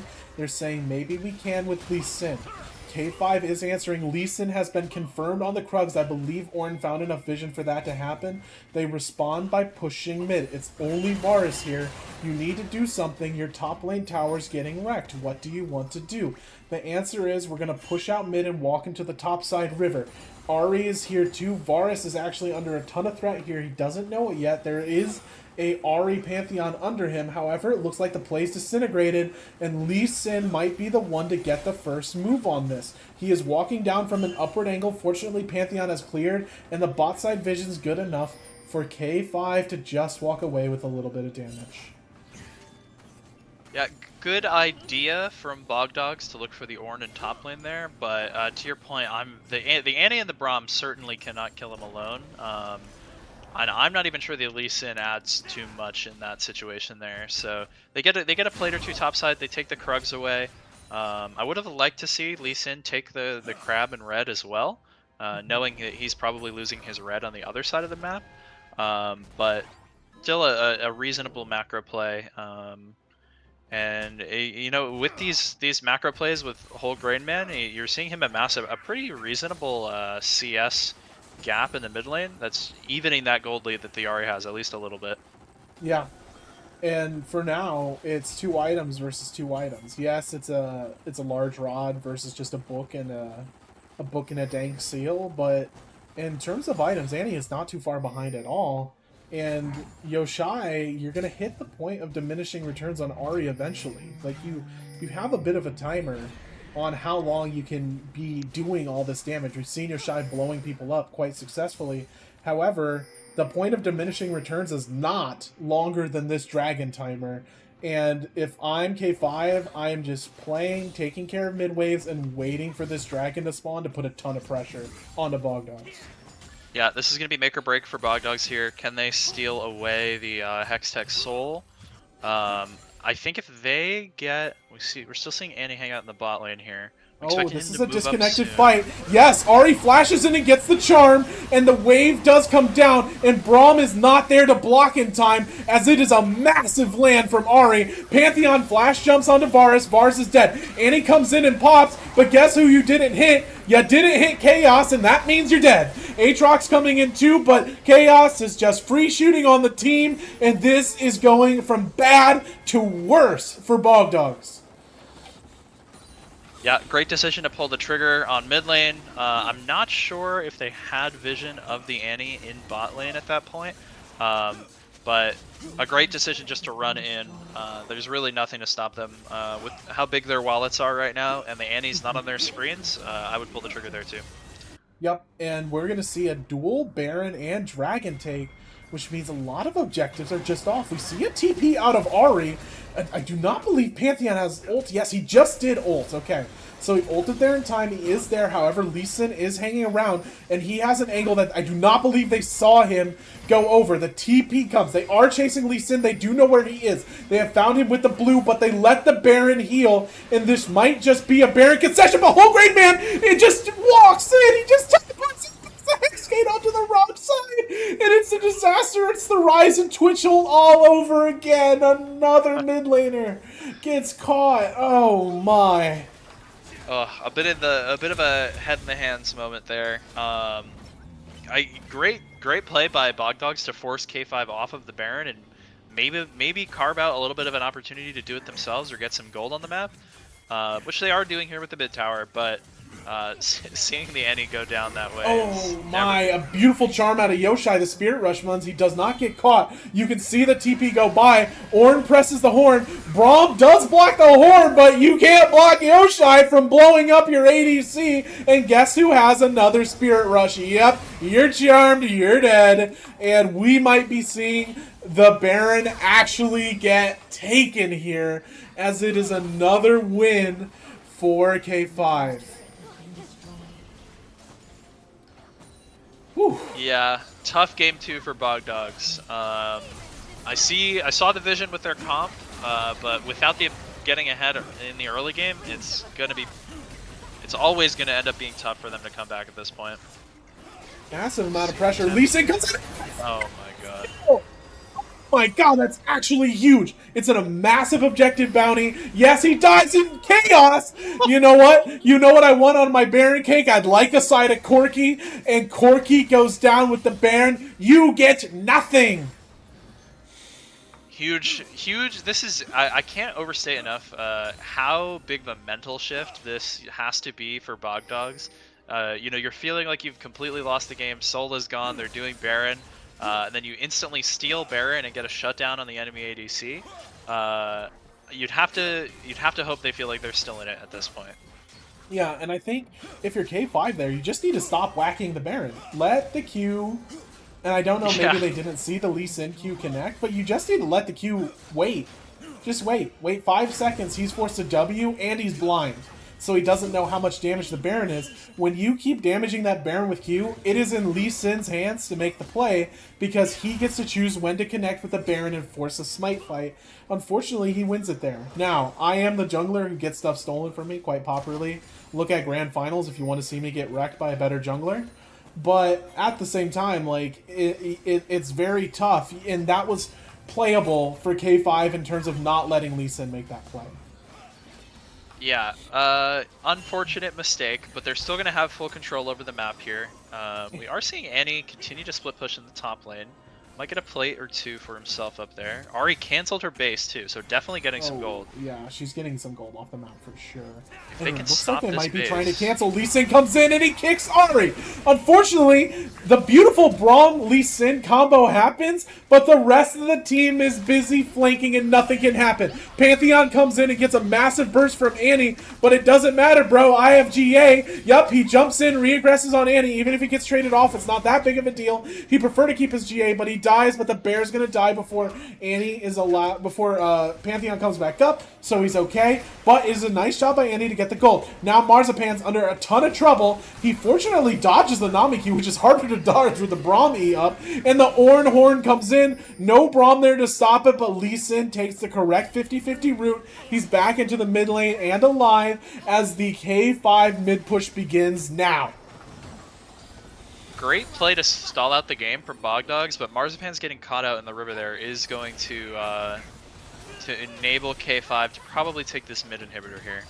Yeah, it's looking like the mid inhibitor's down, and that puts a ton of pressure on you, because guess what spawns in 1 minute 33 seconds? It's an Elder.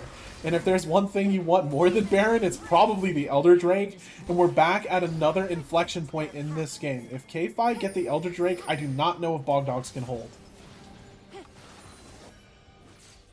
Yeah, it's looking like we're going to get a good old-fashioned Elder flip.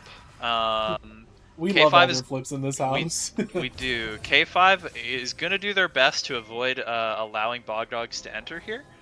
Oh no, Ornn gets caught and the backs are gone. But oh my gosh, Yoshai does so much damage. The death cap is up. You cannot Q in on an Ornn there. You're just not doing as much damage as you want. Yes, you delayed the back. But as I said earlier, what's the worst thing you can do right before a dragon spawns? Die, because now your smite's gone. Fortunately, the dragon does not spawn until I believe like 15 seconds after Lee Sin does. Lee Sin does have a Hex Gate to allow him to quickly enter, but unfortunately that means your mid wave and your bot side vision are forfeit to K5 until the Lee Sin spawns and you can fight as a group. Yeah, at least he will. He should get there before it dies, but not great for Bogdog's chances at controlling the map before the Drake spawn here. Mm-hmm. The one thing I will say is Annie has flash, Annie has ult, Annie has 3 items, and there's very low defensive capabilities for the Ahri and the... And we might just see an engage here as Ornn's walking up. The Call of the Forge God has not come out yet, but Marzipan's not there to block. Ornn just walks away, but that was dangerous. They might have actually been able to force. However, because you forced, Lee Sin is sneaking his way into a bot side angle. They have encountered Lee Sin. Lee Sin gets jumped on by Pantheon, but Aatrox is caught by another charm. Yoshi MVP! Yoshi MVP as he lands another charm onto Braum. Brought under a ton of trouble. He's about to get killed off. And now it's Lee or nothing. Lee Sin has to steal here. It's non-negotiable. You have to steal. You see Yoshai and BGG already walking down to deny the Lee Sin play. Lee Sin trying to find the proper angle. K5 desperately looking around. Where is Demon Major? Where is he? And Ornn's just sitting there. Oh, he walks around. He sees Lee Sin on the other side. And now he's in a ton of trouble. The Jupiter swats on. Lee Sin just gets blown up. And there goes the Elder Drake. I don't want to call GG early because I've thrown from better positions, but it might just be over here. It is looking tougher and tougher for Bogdogs. They just look super disconnected on the objective setups. There's a few of them playing on the mid wave. Lee Sin is walking around towards the pit, getting caught by Pantheon. They just look a little bit disconnected in game 2. And if I'm... Oh! I'm stunned into Anti-Bear. However, the Elder Drake might be too much because guess who didn't get ulted? It's Chaos. He's just sniping away, and this Aatrox is not as tanky as you'd have him believe, though he does do a lot of damage, and it's a triple kill for Varus. Ornn forced to flash away. You need to defend this Elder if you can, as they get a little too far ahead of themselves, and Annie lands on beautiful ult, and now the game's back on. Absolute monster engage from Wholegrain, man. We're going to see Baron definitely go to Bogdogs here. I'm wondering if they can get... They're not going to be able to get anything else on the map, but this is at least going to stall out the game even more. And potentially, you know, we could get all the way back to another Elder flip. Wow. I'm just shook by that engage. I That can't was crazy. I cannot believe that K5 just got full wiped there. They had I can't flash either. available on, unless they just came back up. They had flash available on Pantheon, Ahri, and Nami. They had the cleanse available on Corki, and they still just got insta blown up there. Well, Corki didn't get ulted, which is why I thought the fight was a W, because Chaos was just free shooting, and a free shooting Corki with upgraded Ornn item and Elder. Like, yes please, but wow, they just managed to play it, and it was a beautiful play by Aatrox to force Corki down low enough that Annie could walk in and blow him up with a single Q. Now it gets tense. It gets very tense. Oh no, Lee Sin gets jumped on. On the other side, Yoshai is getting jumped on, but that's an Ahri with Spirit Rush. She's going to get right out of there. And this kill, after it looks so promising for Dogs, might just be gone. Brawlhalla is able to use the Plody Plant to get away, but Braum is now dead. There's no way. There's no way it happens again, right? Ahri's TPing back. Annie is in Narnia. She is TPing back. Sorry, she is recalling, but I don't think she's able to make it happen. And this might just be the end of the Bogdogs comeback story. It was a valiant effort, but I do think you're right. We should see the game go to K5 here. No more flash on the Annie, so no miracle play unless K5 hands it to him on a silver platter. Oh, Ornn walking up, and Varus gets caught. He is betrayed by his own tower as Annie walks up to try and force a play on Chaos, but Chaos is just too far away, and Wynot's got the healing. Annie now dies. This has to be GG, and we are going to a Game 3. I cannot wait. Can we just be done with draft? Oh my goodness. Oh, Bogdogs had me super stoked for a second there. I thought we might be able to see a little bit of a turnaround. That was an incredible play from Wholegrain, man, to stall out the game for a little bit longer. But I think you saw the kind of disjointed nature of Bogdogs in Game 2 bite them in the butt again at the end there, with Lee Sin getting caught in the Raptor Pit, Ahri coming over the wall, catching Braum out in mid lane. I want to see a little bit more of a cohesive team fighting come from them in Game 3, I think. Their macro has been so good. I want them to play around that. I was so hyped for the Lee Sin, but it felt like he just fell a little flat in that early game. And we were talking about the decision. He spent a lot of time trying to set up these very complex ganks. We saw him like sitting in that bush early game. We kept talking about how he spent so much time in that bush looking for that topside pressure, and it really amounted to not. And Pantheon was well fed, well farmed, ready to go, and then Lee Sin was just starving and homeless, it felt like, for half that game. Yeah, I think that it's, you know, we're getting into the nitty gritty of jungle pathing here, but I think the that sitting in that brush after your first clear really screws with your tempo so much that he puts himself behind the Pantheon to an absurd degree in the early game. That really you never want to be that far behind on Lee Sin, especially when there's been no fighting and it's purely as a result of your pathing. Yep. So pathing here is super duper important. You need to be super careful about not letting it fall behind there. You cannot afford to let yourself fall behind like that. It is very important. Guys, we're going to take a small break. We'll be right back. We're going to wait for the next draft to start, but I hope you enjoyed this game. We are going to get into a Game 3, which is extremely epic. I felt like I was robbed of a Game 3 yesterday, so I cannot wait to go, but for now, we will be right back.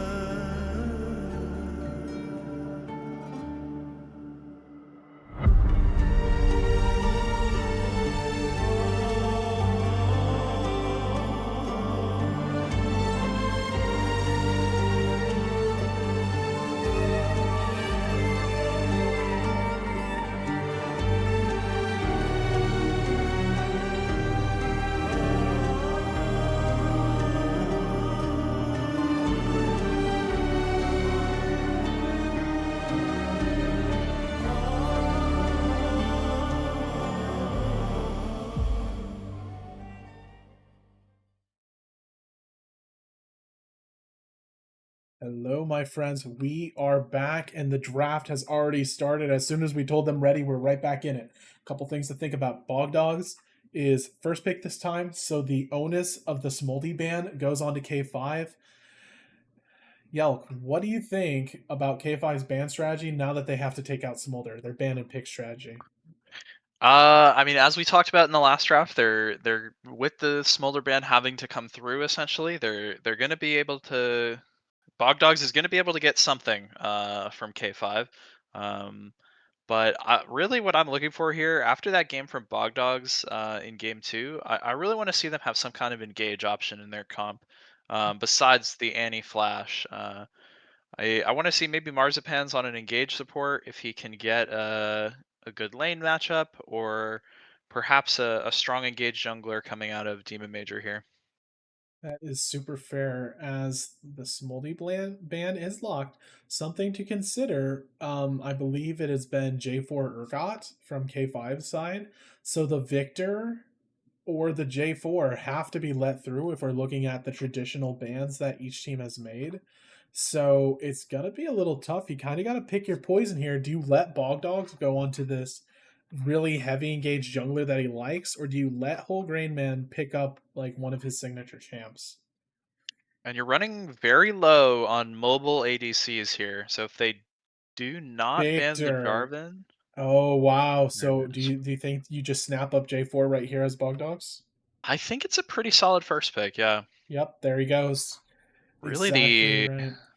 the only the only mobile ADC that I can think of remaining is the Ezreal. Yep. Maybe a Lucian angle. But let's see what K5 answers with here. I'm expecting an AD and a jungle pick. Zeri is Zeri's available. an She can jump over option. the wall. See a Trundle. Trundle could be flex jungle. You are right though. And that's the big thing about a 3-game series. Now that we're playing Fearless, thank God, the drafting gets a lot harder. You're getting starved as I'm Look at not that. I'm not the Oracle of Delphi, but I might have just been a prophet right there, as Zeri might come out. It's basically the only thing you have that can still be like this very dangerous, high damaging ADC while not completely forfeiting to that J4 ult that is certainly going to come down at you at least once this game. Yeah, I'm not sure if I've seen Chaos Zeri before.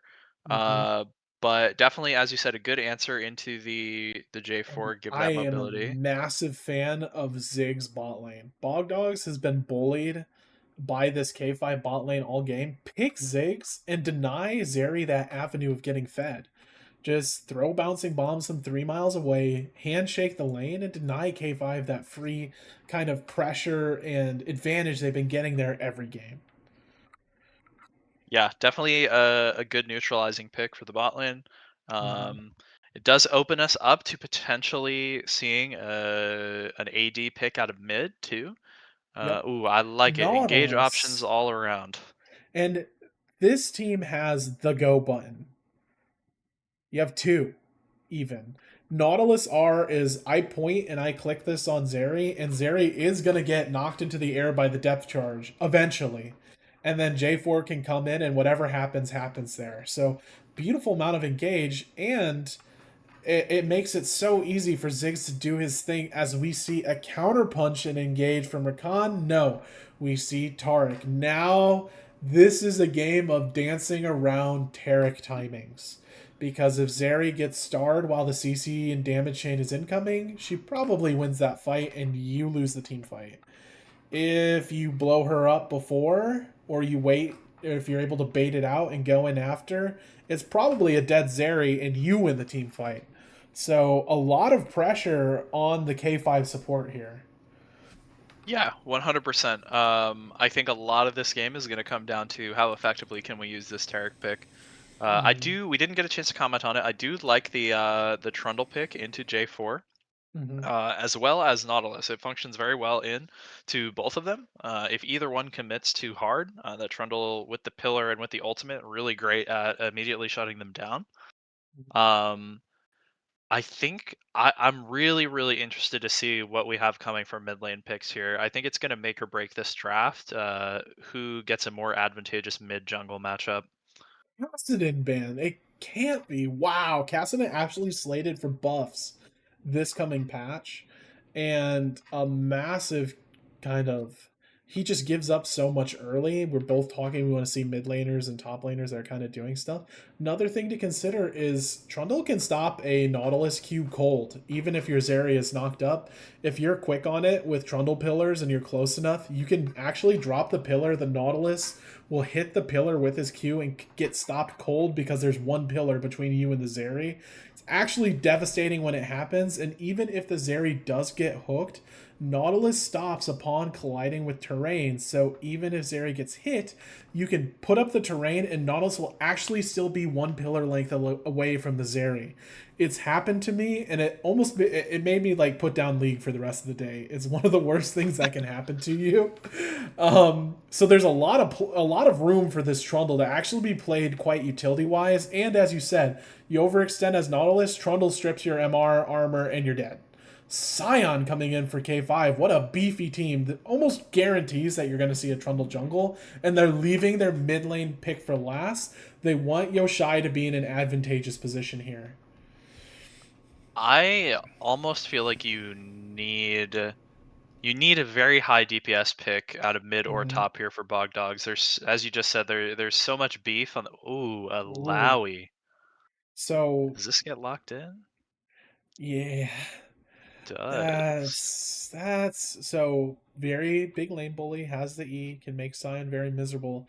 But if you're doing a count on like the true damage dealers on K5, I count one range and a Trundle.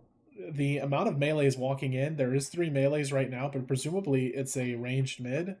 So it's not perfect. And the real problem with Alawi is you're using this ult to cause all this damage and do all this work. If Trundle presses the R button on you, you get stripped to such an easily killed level, and we see a Viger mid. This is the ultimate, we land our engage and kill them, or we die trying comp. And this is a very sharp draft out of Bog Dogs. What are you thinking if you're K5 here? I am... I'm a bit at a loss for words at Bog Dog's last 2 picks here. I think, I mean, it can work. I don't like Galio here for Yoshai. No, because you're too one-dimensional. It actually makes the dive. It makes the dive onto Zeri too easy. Now you've got Kayle, so you need to pick who you're diving and killing, and Kayle can actually Kayle can buy enough time for Taric starter land. Because usually what happens is when a Taric really fails is the guy he's ulting dies before your star can land to do what it needs to do. The Kayle can buy Taric time for his falling star to actually land on the Zeri and make her invulnerable, and she is just going to tear this team apart. There are no like dedicated tanks on Bog Dogs here. It's Nautilus, but he's support. He can't get tanky that quickly. And you have a Trundle who tears apart dedicated tanks in the first place. I am a massive fan of K5's draft here. Yeah, I'm definitely leaning K5 in terms of draft. I don't love the Kayle here. I think I think the later fights are going to be pretty hard to play out as the Kayle. With the engage options for the J4 Nautilus and the Vygar Ziggs damage coming down as well. But on the flip side of that, I think the Zeri does fantastically into this comp, especially with the support of the Terakar. And honestly, I just don't know where the consistent damage is coming from on Bog Dog's side. There's so much beef with the Sion, the Taric, and the Trundle. Assuming we see Trundle, go the typical Triforce into Deadman's into Spirit Visage, he's going to be just as tanky as the Taric. And I don't know how Bog Dogs gets through that front line. I think a lot of this game is going to come down to what can Goombie do with this Alawi pick.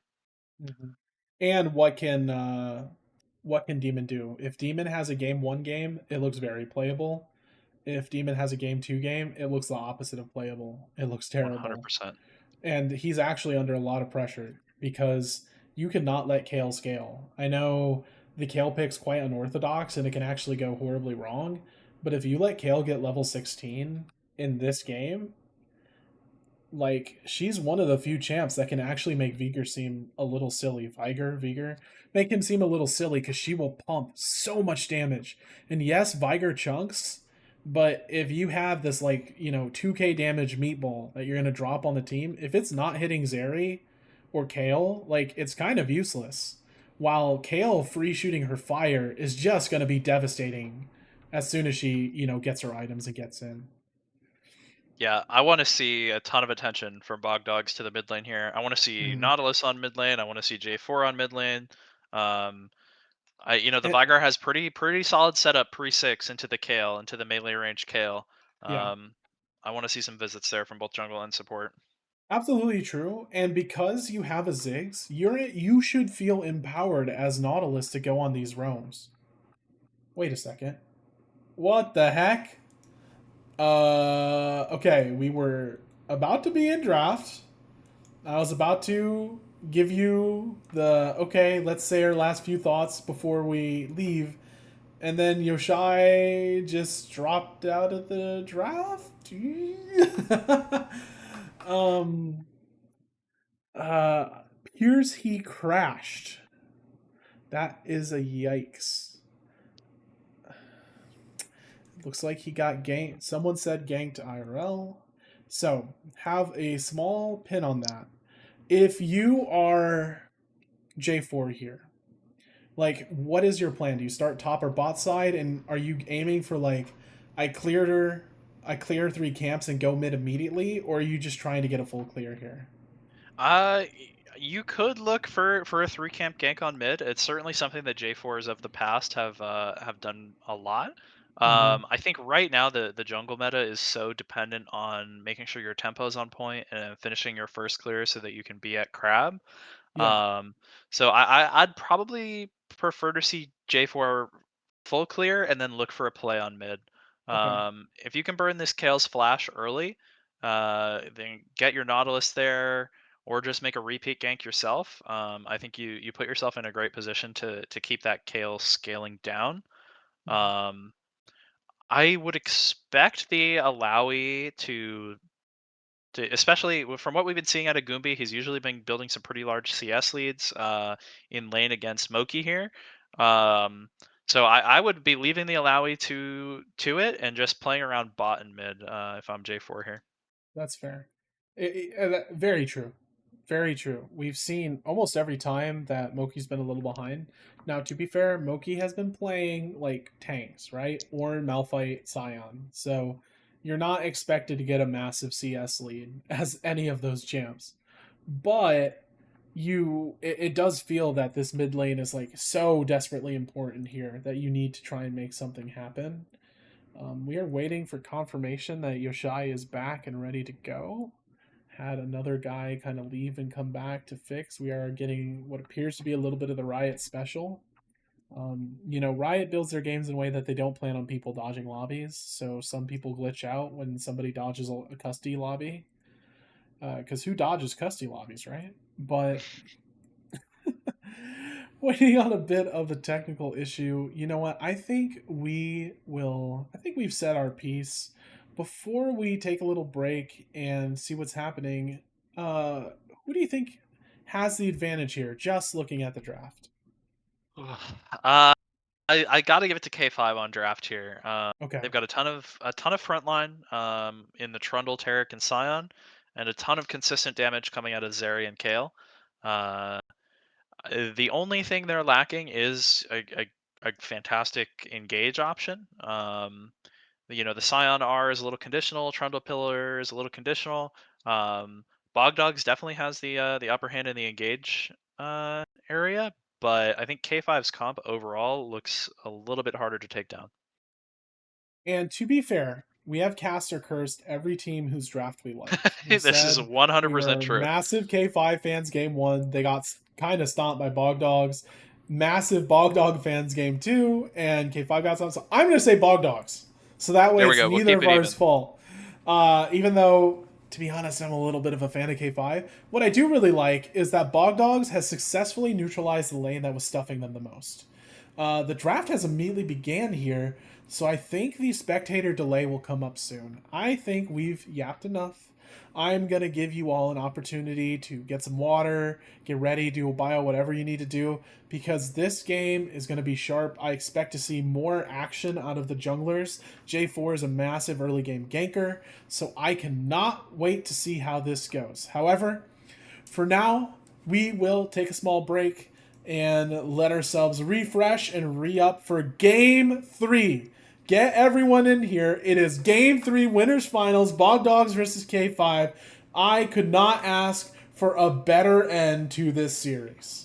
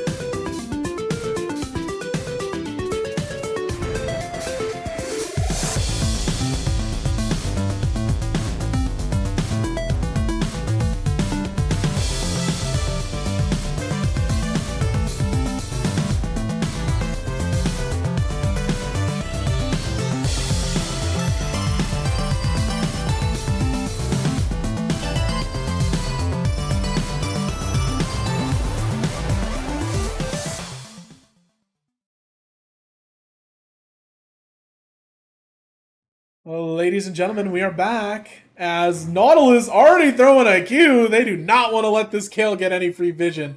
Every step is a hit, but Trundle intelligently counter-invades and gets a beautiful ward right onto J4's blue. Nice job by Boywife to get the ward down, and we're going to see a top to bot from both team members and a complete forfeiture of the mid bush from both sides, as we see a very aggressive leaning stance from Targzeri trying to punish that Nautilus coming back into lane. However, Nautilus, it takes the long way, and it's just nothing at the very start here. Couple interesting things to point out. We've got a longsword start for Alawi in the top lane. I am not up on my Alawi build path, but it's just something to note. And then Yoshai again with the Doran's Helm in the mid lane. this time on Kale, and he actually has no potions, which I don't know the tech, but maybe his first base is just going to be 50 gold bigger. Oh no, the level 2 comes in for Why Not. Why Not lands a beautiful stun, and Marzipans might have just Nautilus queued themselves to death. They're very fortunate to live there, as that was a very risky play. And that's the unfortunate part of Ziggs. Ziggs cannot push until he gets a couple levels under him. It's very mana intensive to try and keep the lane push with Bouncing Bomb alone. Chaos and Why Not very smartly tell that we're going to hit level 2 first, and they get a good punish off that. Yep, more smart laning from the K5 bot lane. As we would expect, a little bit of a CS discrepancy building already in mid lane. Two super scaling characters against each other, but obviously Veigar with the range advantage in the early levels here. Yeah, and I think you get the longsword regen because when is Scion's like strongest lane bully phase? It's honestly level like 3 to 6-ish is when his base damage is actually quite massive and he can hurt a lot. See the J4 coming bot here. Why Not in a ton of trouble? Forced to heal, but unfortunately the Ziggs satchel charge might save Why Not here, and you see it. It is the Trundle Pillar of Destiny. Demon Major taking a ton of damage here, forced to walk away as the flash comes out from Chaos to secure the kill. Fortunately, you took all the summoners away from the side of K5's bot lane. Unfortunately, you just died as a jungler, and Trundle's free to do whatever he wants.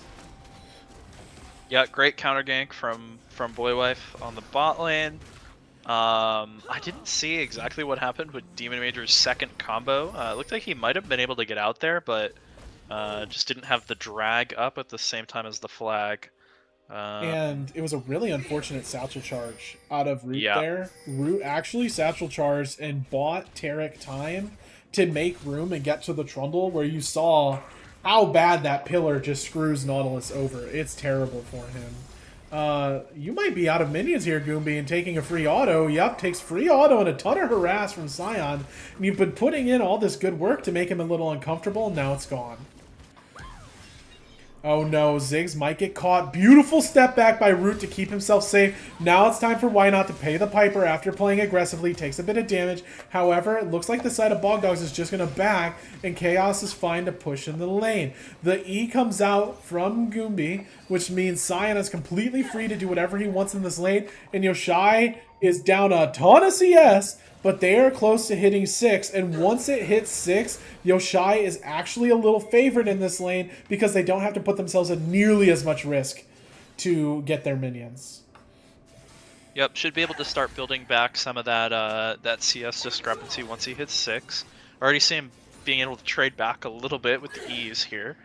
But yeah, I think K5 is in a decent spot so far this game. Getting early gold on the Zeri and keeping the Kale somewhat close to even are pretty solid.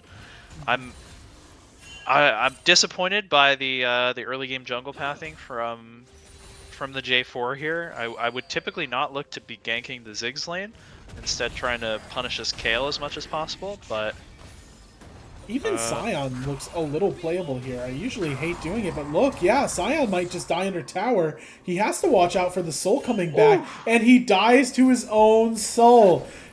I'm sorry, Scion, you did not pass the test of spirit F- from Teacher Alawi, and he dies.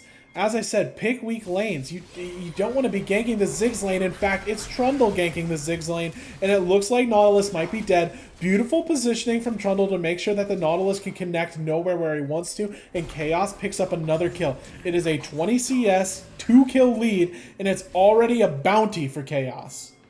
Yep, super well played from Boywife again. Right spot, right time. Soon as Marzipan goes to ward that Pixel Brush, Trundle's there to punish. And we see J4 making a move on the opposite side of the map. Probably going to take Trundle's red away from him here, as Trundle is focused on getting the dragon. Yep, as the confirmation comes in for Demon Major. However, see Nautilus mid. It looks like he's trying a lane gank, but I think it's just too little too late. You needed to do that when Kayle didn't have ults, because it's just so much tougher when you're playing these burst champs like Viger. You want to like CC and burst the Kayle, but if Kayle gets an ult off, it's basically undoable. Yep. Already seeing Kayle close the CS gap a little bit, and I think the window for punishment on the Kayle has definitely slightly closed already. As soon as he comes back with those swiftness boots, it becomes so much harder to shut down with the cage, and then obviously subsequently with the J4 combo or the Nautilus hook. So should be a much safer laning phase for Yoshai now. Yeah, if you're J4, where do you think you should go here? Like, you're finishing your topside clear. Where are you looking to go? Honestly, it's already looking the map for me at this point is looking a bit cooked already. I think if you can set up a man advantage play bot, maybe you get push on Vigar in mid lane and you look to go bot and punish the Zeri, I would be looking for it. Otherwise, I'm just trying to keep my Alawi alive and ahead up top. That's very fair. We haven't seen any action out of Trundle. Trundle already on the bot side. It looks like that we are getting a weak side Willie out of BGG. And he is certainly being weak-sided right now as he takes a lot of damage under his own tower. And Ziggs has still not hit that critical point where he can keep the lane safely pushed away from his tower. And we're seeing them get massively punished in this kind of Ziggs weak moment. And it just feels like those early trades from Wynot and Mars just were so consequential for how the lane is going here. Yeah, absolutely. The Taric pick into the Nautilus looking strong already. And we're seeing Trundle approach bot lane here. We're seeing Grubs, and it looks like Trundle just wants to make a play.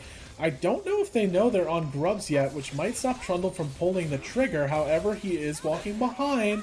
And now the Ziggs ult has been popped and the wave's not nearly dead. Lots of opportunities, but there's no ult on the Taric yet. The Nautilus Q comes out a little early and Chaos takes no hits. However, Wynot takes massive damage from the tower, staying a little too far. Here comes the Zeri ult. Zeri is hypercharged. Trundle's hanging around, but nothing has happened yet. And now J4 is walking down. It looks like they're just going to have to bail on this play. A little bit of a misplay from Wynot to be standing under the tower with no minions there. I think he dies if Marzipans pulls the trigger and flash autos there for the root under the tower. Just really tough because I think he was playing really far up and hoping he gets 6 because then you can force a dive.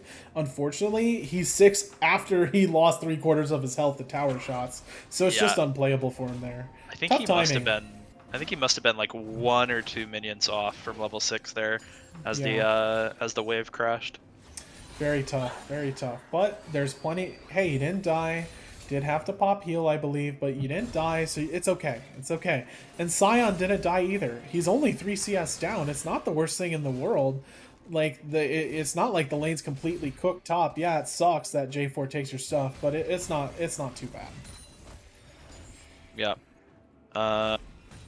Let's see, how many stacks does Whole Grain Man have? We are sitting at 87, around there, 87, 90 stacks here. Yep. Honestly, I don't know if that's good or not for Vigar, but 87 free AP at 10 minutes into the game sounds pretty good to me. Yep. And you see Mars is kind of hanging out, waiting for Kayle to overextend. As Chaos goes for the 1v1, the Satchel Charge gets blown by the Ziggs. Nothing really happens there. However, the threat onto this mid lane is getting there. I mean, Viger he has a lot of free AP right now, and he does a lot of damage if he manages to get an ult off. However, Mars is just forced to go bot because look, the gank's all here for this bot lane dive, and this time Taric has ult. We might see some action in the bot lane. Ziggs dives really far back, and Sion is forced to flash away from a J4 ult. That's a really nice job taking flash and punishing a Sion who is just playing way too far up without his tower. Trundle is now here. He's trying to keep the bot lane separated and interested while this wave crashes. He gets a beautiful troll pull, and unfortunately Ruhal has to take the long way around, and I don't think he gets away in time. He gets flashed on. Trundle lands the lands the Q, gets the kill, bites. However, Scion is still alive despite J4's efforts, and Trundle is not dead despite the dive. You lost your Ziggs. The ult is coming down from the Taric, and as Chaos gets jumped on, the Taric ult saves him from so much damage, but Wholegrain Man comes in and gets a free kill. That's a beautiful kill out of him. That's 10 free AP on the board. We're about to see 15. Hashtag worth. But unfortunately, no. Scion's not dead. Perfect. So you are seeing a lot of pressure being put onto K5 by the Bogdogs here. Yeah, great play from Bogdogs, answering the bot dive there with the roam down from Vygar. Get a ton of gold on Vygar, pick up the second Drake here, and the whole time Alawi is basically free pushing in the top lane. Yeah, you gotta do something to stop this Alawi. It cannot continue to go on like this. I think if he sits in a side lane this game, I think you have to send Kayle or Taric to stop him to pair with the Scion or Trundle. I think he's going to be a huge issue in the side lane, especially because we're seeing Scion actually opt towards what looks like is going to be a Titanic Hydra. They're not coming with the flank there, but he has no ult, so I believe it all comes to naught. Veigar's back has been massively stifled. However, we see Alawi is now in the mid lane covering as Kayle gets a generous amount of waves and is really working on getting that CS gap to close. However, while you were closing that CS gap, Veigar was picking up 15 AP and a couple of kills, so it doesn't feel that worthwhile. Yeah, I would argue, especially because he's getting a second plate now, but almost no plates lost, just a couple waves, still ahead in CS. I think Vygar is sitting very pretty here. And it is two massive scalers. I mean, we do say, like, once Kayle hits 16, it gets very hard. However, I mean, once Vygar has, like, 1600 AP, the game isn't easy for anybody else either. And this Scion has to build so much armor just for his lane to be playable. He's MR-less. And there's no MR onto the Trundle either. They are very blow-upable by this Vygar. Yeah, I am not a fan of Trundle building some, Scion building some AD here with the Tunneler and the Longsword. I would want to see him full tank this game because I don't know who on Bogdogs is killing him if he is full tank, except Alawi, but. Yeah. If he just forces 5v5s and he is a brick wall that the Vygar and Ziggs can't get through, I don't see how it's playable. But another big going moment. For the AD build. Yoshai is 11. They are 141, and they have not been stifled at all farm-wise. Trundle comes down, but this is not a winning fight for Trundle, even with Trundle ult. Scion coming to, and we finally see Goombie atone for his sins. The Nakaboros comes out, but unfortunately, it's not enough when Trundle says thank you for the resistances and health. He takes away, and a Wholegrain Man under a ton of trouble. The lightning crash comes out from Zeri, the ult's coming down, and now Demon Major's here just to add another corpse to the pile. Zeri's chasing hardcore. I do not think J4 is going to get his combo in time. Yes, he does. However, Yoshai is chasing, and Trundle has the troll pull. No! He gives even more terrain for them to walk around. He slows them down. Now Demon Major can turn this into a Benny Hill theme song. He gets smited, so the execute is not available yet. He needs to waste more time. Trundle uses another King's Domain to let himself live. However, I don't think Demon Major wasted enough time, and he just gets chopped down by Trundle. And it is just a very unfortunate, untimed play. They try to force onto that mid lane, and it doesn't work. Yeah, a little bit of a lack of respect from Wholegrain Man. We might see... Oh, Mars has a flank angle, but Trundle's here first. Goombie will not be here nearly fast enough, as Nautilus is just going to get killed. Now, Boywife eats an Alawi Q. You need to be careful about the Alawi ult. I do not believe the subjugation is up yet. It is not. Veigar's shooting at you. Just take your kill, walk away happy. Yes, they do. They walk to Shelly. Yeah, as I was saying, I think Wholegrain Man in that previous play getting caught on the mid tower by Zeri Taric is not what you want to see, especially as your team is building leads around the map. The Alawi just pulled 3 people top lane, and we're dying to a mid gank from the enemy bot lane. And it's turning into a little bit of a swing for K5 here. Still only a Why small not might gold be lead. dead here. If you're Scion, you just need to let him go. He's way too close. It is almost a guaranteed kill on the Taric here. Scion just needs to get away. Oh my gosh, he flashes, but I believe the J4 combo will be enough. Yes, it is. Scion, please get out of there. There's no reason for you to die with him. Yes, he does. But how many people need to come here to stop this push? He is getting queued, and now Scion is under a lot of pressure. He gets all in by the J4. The flag and drag comes through. Scion does use the Soul Furnace to give himself a massive shield, but his own Trundle pole. No, it can't be this way. The Kale Divine Judgment comes out. She does let Scion live a little bit longer, but if I'm Scion, I'm reporting jungle there. That's an all chat. Please report Trundle. That's just a massive nombo.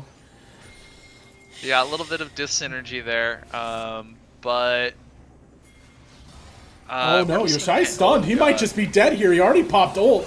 Whoa, way too confident in his own abilities there. Chaos comes in. The Lightning Crash comes down. It looks like they're going to pick up the kills after, as Marzipan is killed. Viger is walking away. It looks like Whole Grain Man does get away with murder here. However, as you're making this play mid, what is happening to your top lane? It is getting clapped to death. Trundle is now chasing Ruhala, but it's still, Scion is not enough to stop this Alawi from getting the push she wants. She will keep taking plates until more people come.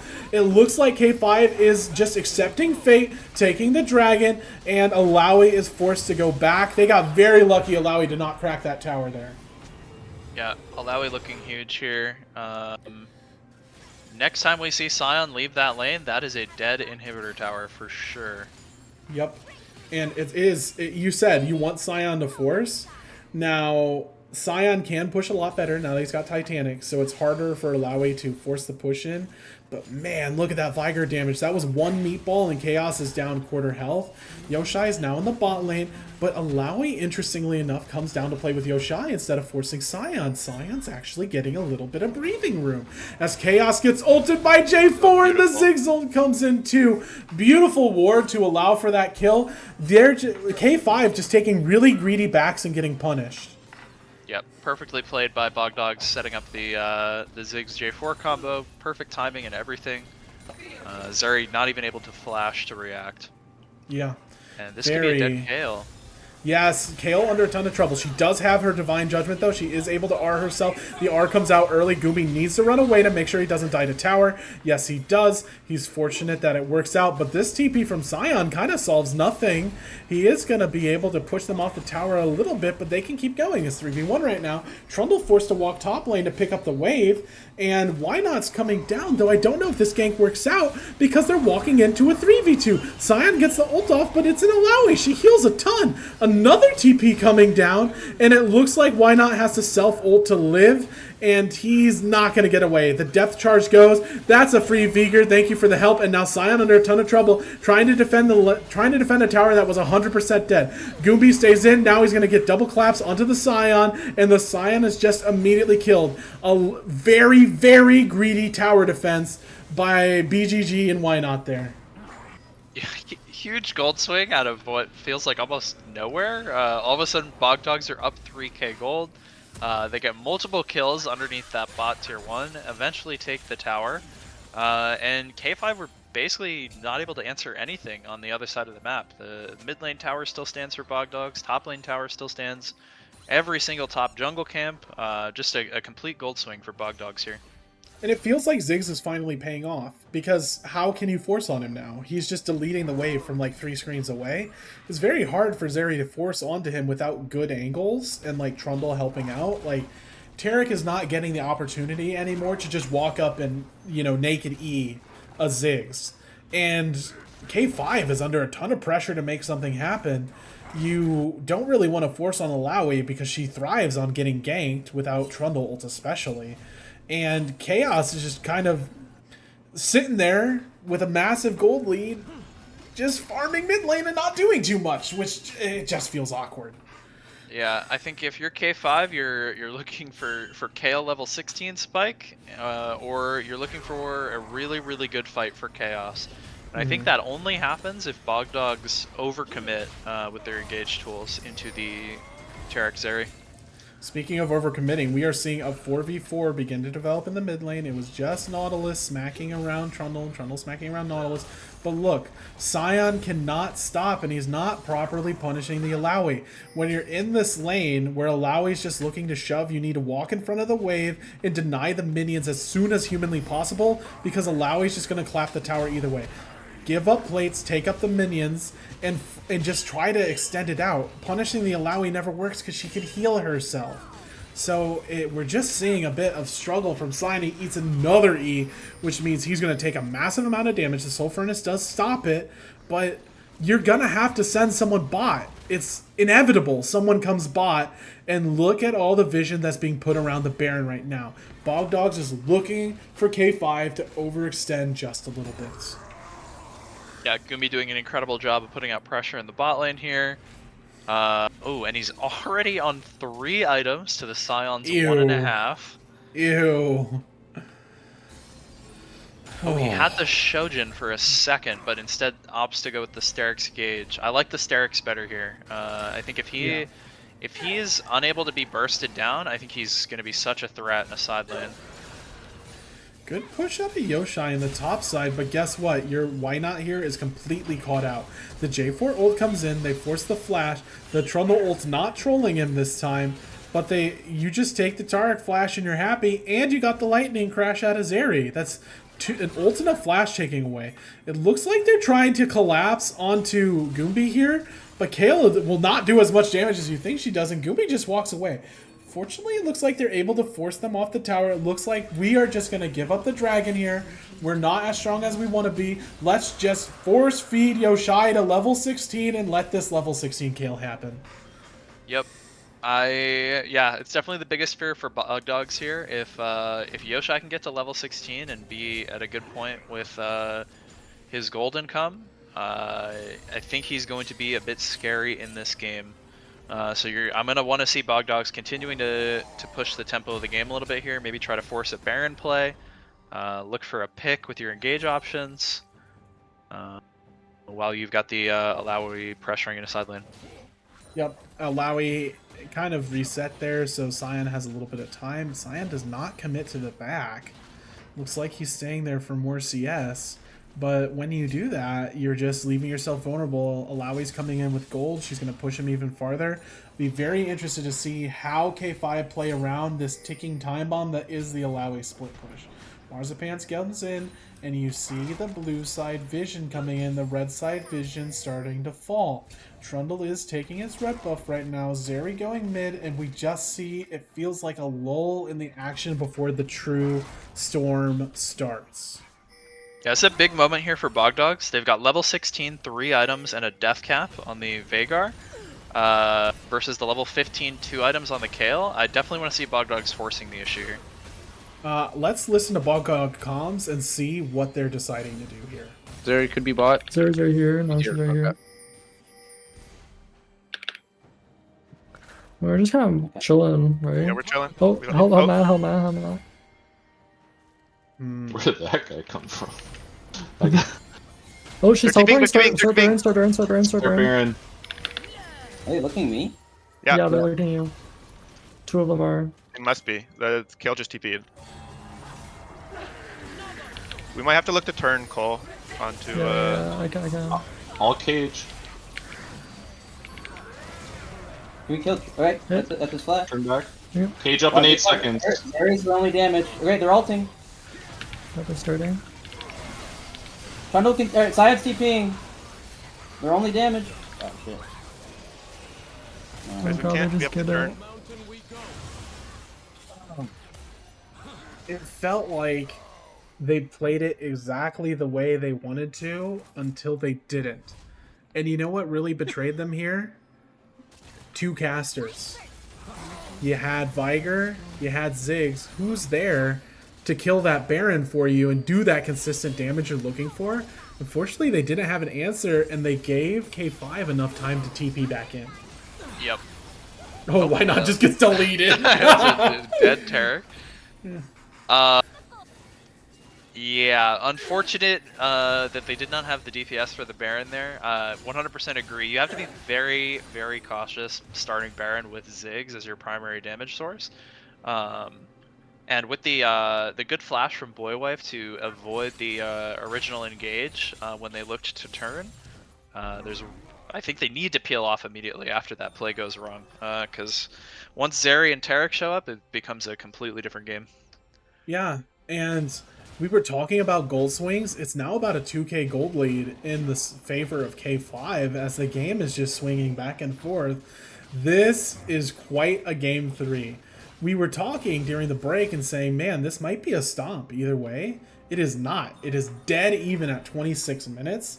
The problem is, it's a dead even game at 26 minutes, and you have a level 16 Kayle. You're staring down the barrel of a level 16 Kayle who has not been properly quenched. Yeah, definitely scary for Bog Dogs at this point in the game. You're going to need to see the Kayle. We need to lock down the Kayle, get a Vigar cage around her, and maybe you have a chance. But I think we're going to see that comp differential we were talking about after draft, where K5 have so much frontline. How are Ziggs and Vigar supposed to break through it? Yeah, absolutely true. Well, I can give you one way. Alawi pushes top and threatens your enemy, and Demon Major just gets chunked by that. And Alawi is almost guaranteed to take the inhib here. However, K5 does have a decent push going mid. They are engaging on Kayle. The cage comes in. Kayle is able to properly ult herself, and the Taric ult comes down too. The fight is beginning mid. However, they don't get what they want, and guess what that means? It means your inhib is down. The liability top lane is coming to fruition, and K5 is forced to do nothing with their Baron as they lose an inhib.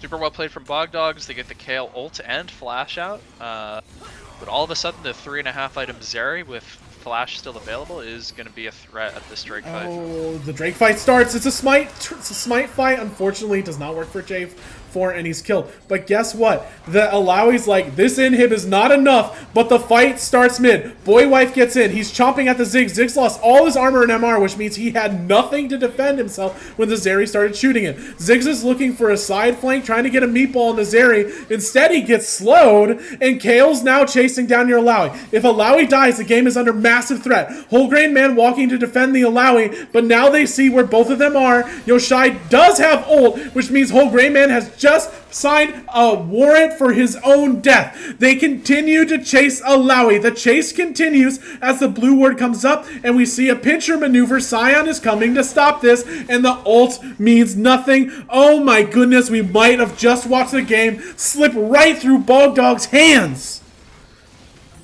Yeah, I think Bog Dogs played it as best they could by having the Alawi go full commit to the split push top. But as soon as Kayle gets that base off and is able to stop that push in its tracks, becomes a much harder game to play out. And not going to push for the end here from K5. It's got to be a nerves thing. Like, you don't want to... I think they could have, and I think they had a better than equal chance of ending the game there. But do you really want to take that risk? Yeah, Ziggs wave clear pretty strong at this point. Oh no, why not gets griefed by his own Kayle? That's a hashtag all chat report Kayle. As the red buff gets aggroed onto Taric and interrupts his back. If he dies here, I'd scream. No, he doesn't. As the J4E is just a second late, but why not? Holy crap, you need to have a word with Yoshai after this. That was not nice. Let's see, what do we got for items here? We're 4 items spiking on the Zeri as well as a QSS. I mean, the Vigar is still incredibly strong. If Wholegrain Man is able to put his damage out in this fight onto a priority target, like we saw in game 2, he found the perfect engage for that one fight on Annie. If he can find something similar to that here, they could maybe just end the game with the inhibitor down top. Yeah, something to think about though. The worst thing that can happen to Bog Dogs is K5 picking up that Ocean Soul. Because the dynamics of the Alawi versus Sion lane, where Sion has to trade off health to take care of minions, and he can't afford to trade health forever, he's just forced to back eventually, doesn't matter. Because he'll get all his health back just whacking minions or you. So it is imperative that K5 is not allowed to get this 4th Drake. Yeah, absolutely.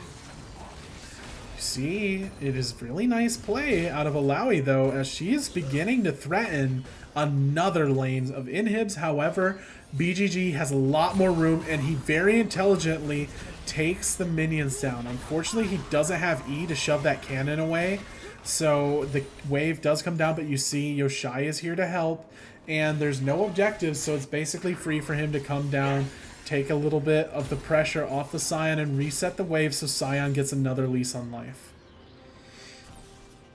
Yep.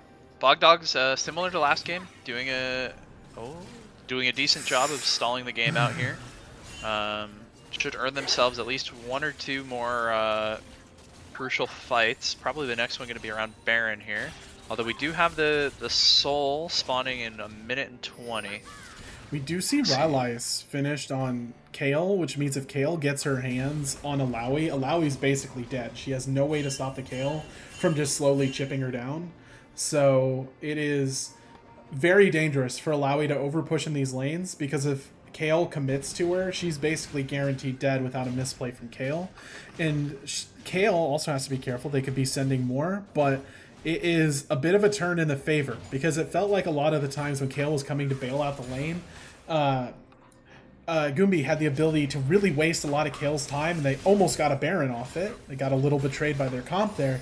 Now it's much less. Watch, Kayle's going to walk right up, and now Alawi has almost nothing she is able to do. It is unplayable for Alawi, and Alawi is immediately dead, and the Baron won't matter. And this is what I'm talking about. That Rylais is devastating to your ability to split push as Alawi. It completely turns the tables on her. You need to force onto the 4-stack of K5 while that Kayle's down here. You cannot let that lane just happen. It's unplayable for Alawi. There's nothing to do. Yeah, great decision from K5 to switch up their lane assignments and send Kayle into the side lane against Alawi. I'm looking at Trundle items here. He's indexed into full MR after that Triforce. So like we were saying before, they're already beefy enough as it is, but then you have full MR items on the Trundle. I just don't see a world where Vigar and Ziggs are able to kill. If this Ocean comes down, I don't see it. I don't see it at all.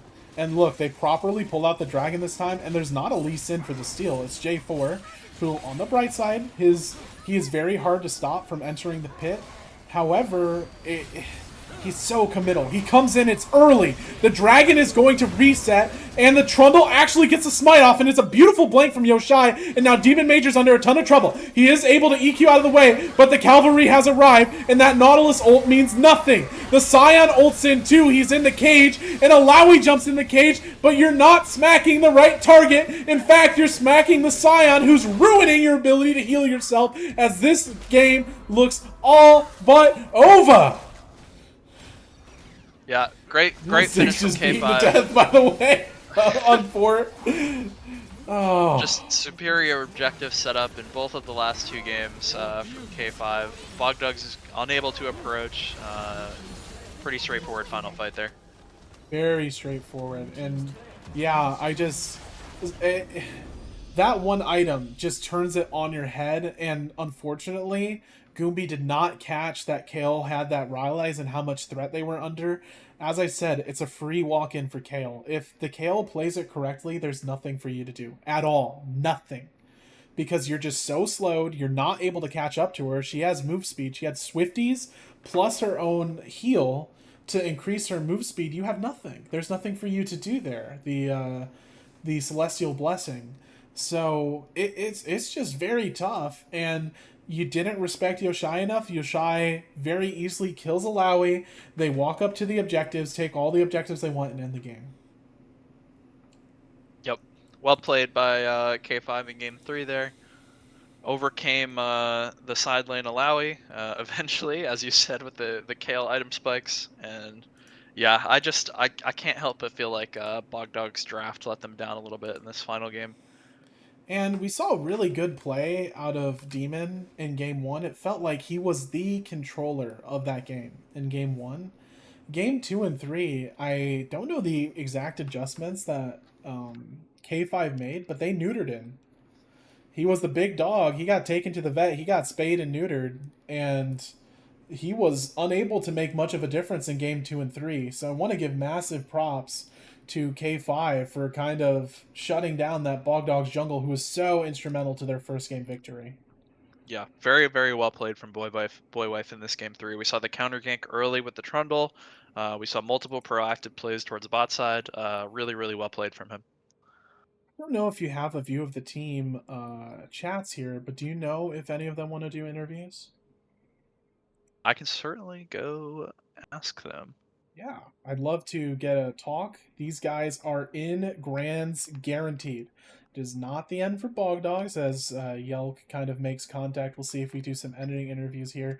Bog Dogs, it is not over. You have another game versus a red hot Waldo's Weirdos, who had a Waldo and Hyde first series. They had a very dominant second series, and they are massive mid-game macro players. So Bog Dogs has a lot on their plate. However, it looks like Waldo's early weakness is a lot of jungle pressure. If Bog Dogs can set up their jungle pressure properly and get something in, they can do a ton of work and potentially pull themselves back into Grands for a reset. It is very playable for Bog Dogs here.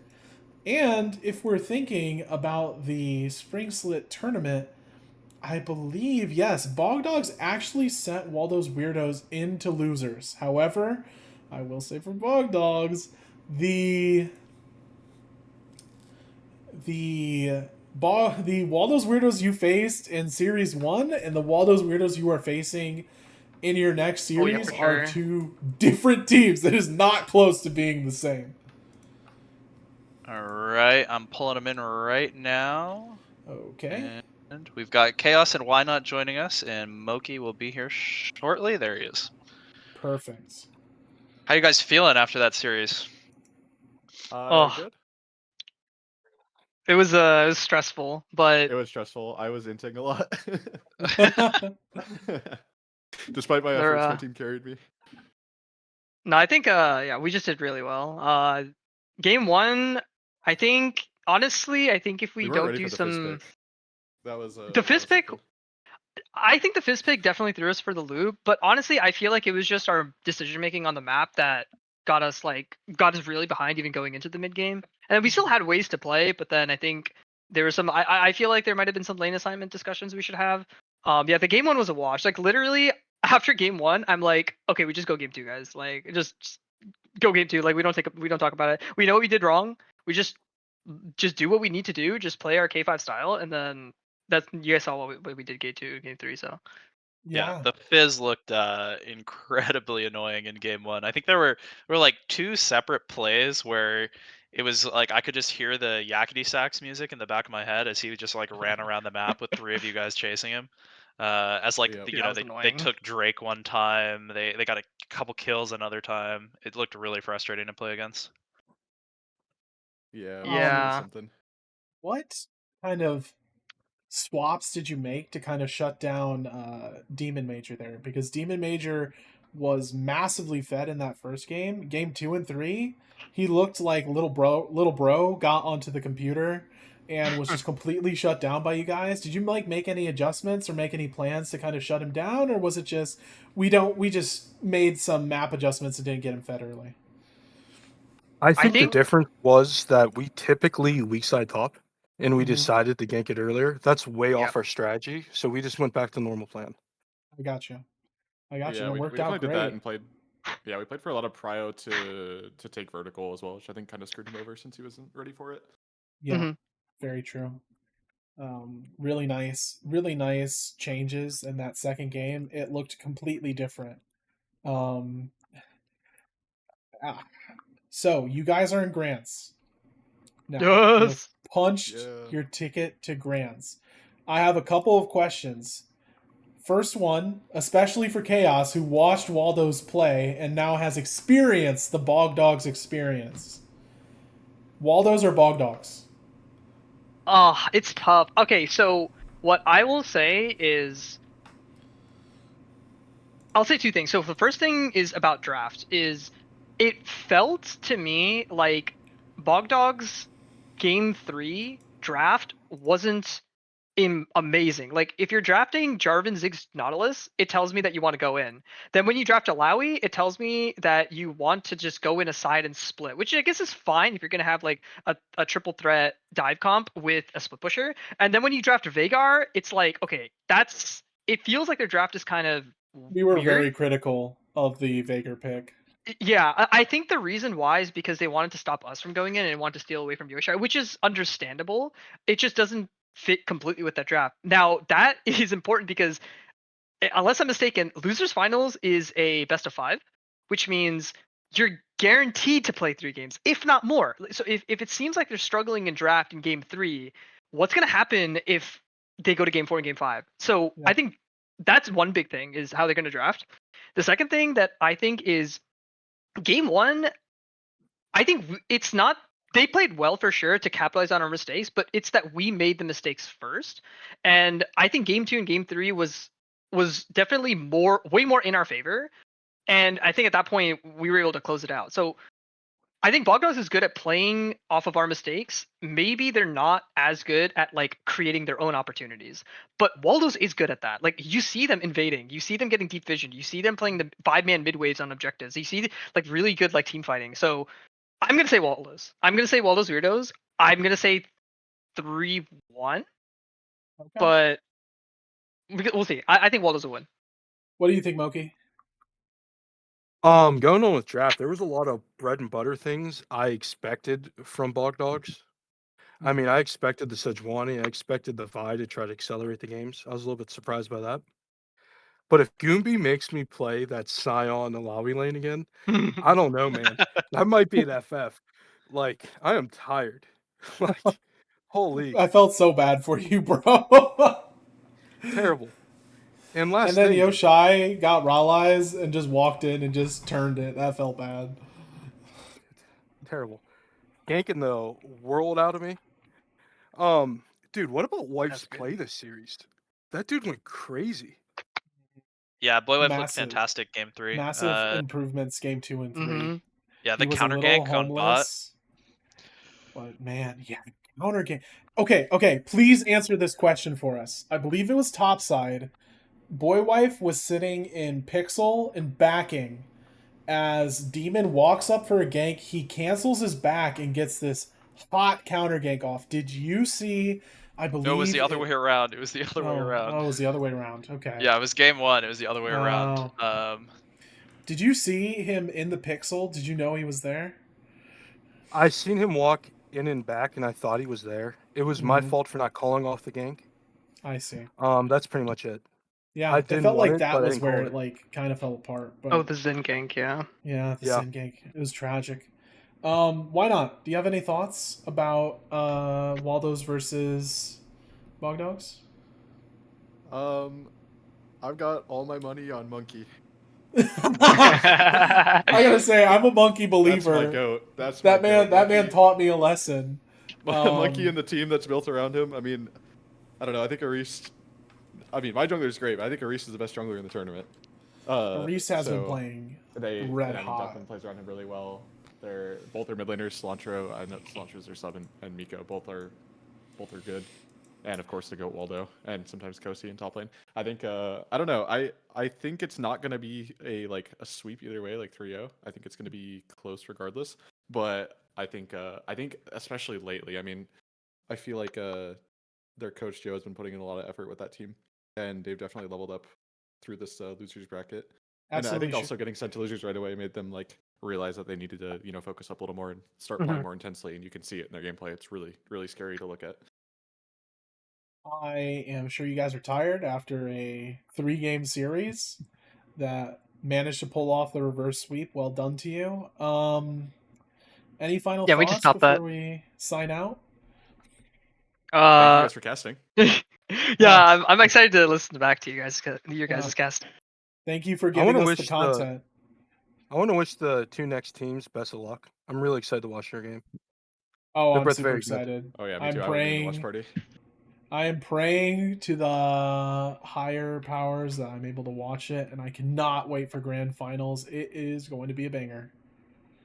Cusco must be banned from that game. Like, get him out of here. Get that man out of there. But yeah, have a good one, guys. I thank you for the content. Insanely fun games to cast, and cannot wait to see the grand finals. I am so hyped. Like, can we do Waldos and Bog Dogs today? I want to see the game already. Excited. Thank you guys again. Thank you guys for coming in for the interviews after a tiring game. Thank you to all the viewers who are watching us through all three of these. I hope you got the content that you were looking for. You got a beautiful 3-game series. But for now, I think we'll be signing off. The picks will be unlocked soon, so you can see who's going to be playing in terms of Waldos versus Bog Dogs. Please make the picks if you can. Come join us in Discord. You can see all the guys here nice and humble, even in victory. So we have a lot of people here to coach, here to play, here to do in-houses. There are a ton of things to do at the Archives Discord, or come to our website, thearchivesllol.com. Please come see us. But for now, that was a beautiful game. Thank you to Bog Dogs for playing. Thank you to K5 for playing. Thank you to Kyle for coming on for a beautiful stream for us. And I think that'll be it. And we'll see you guys later. Bye-bye. But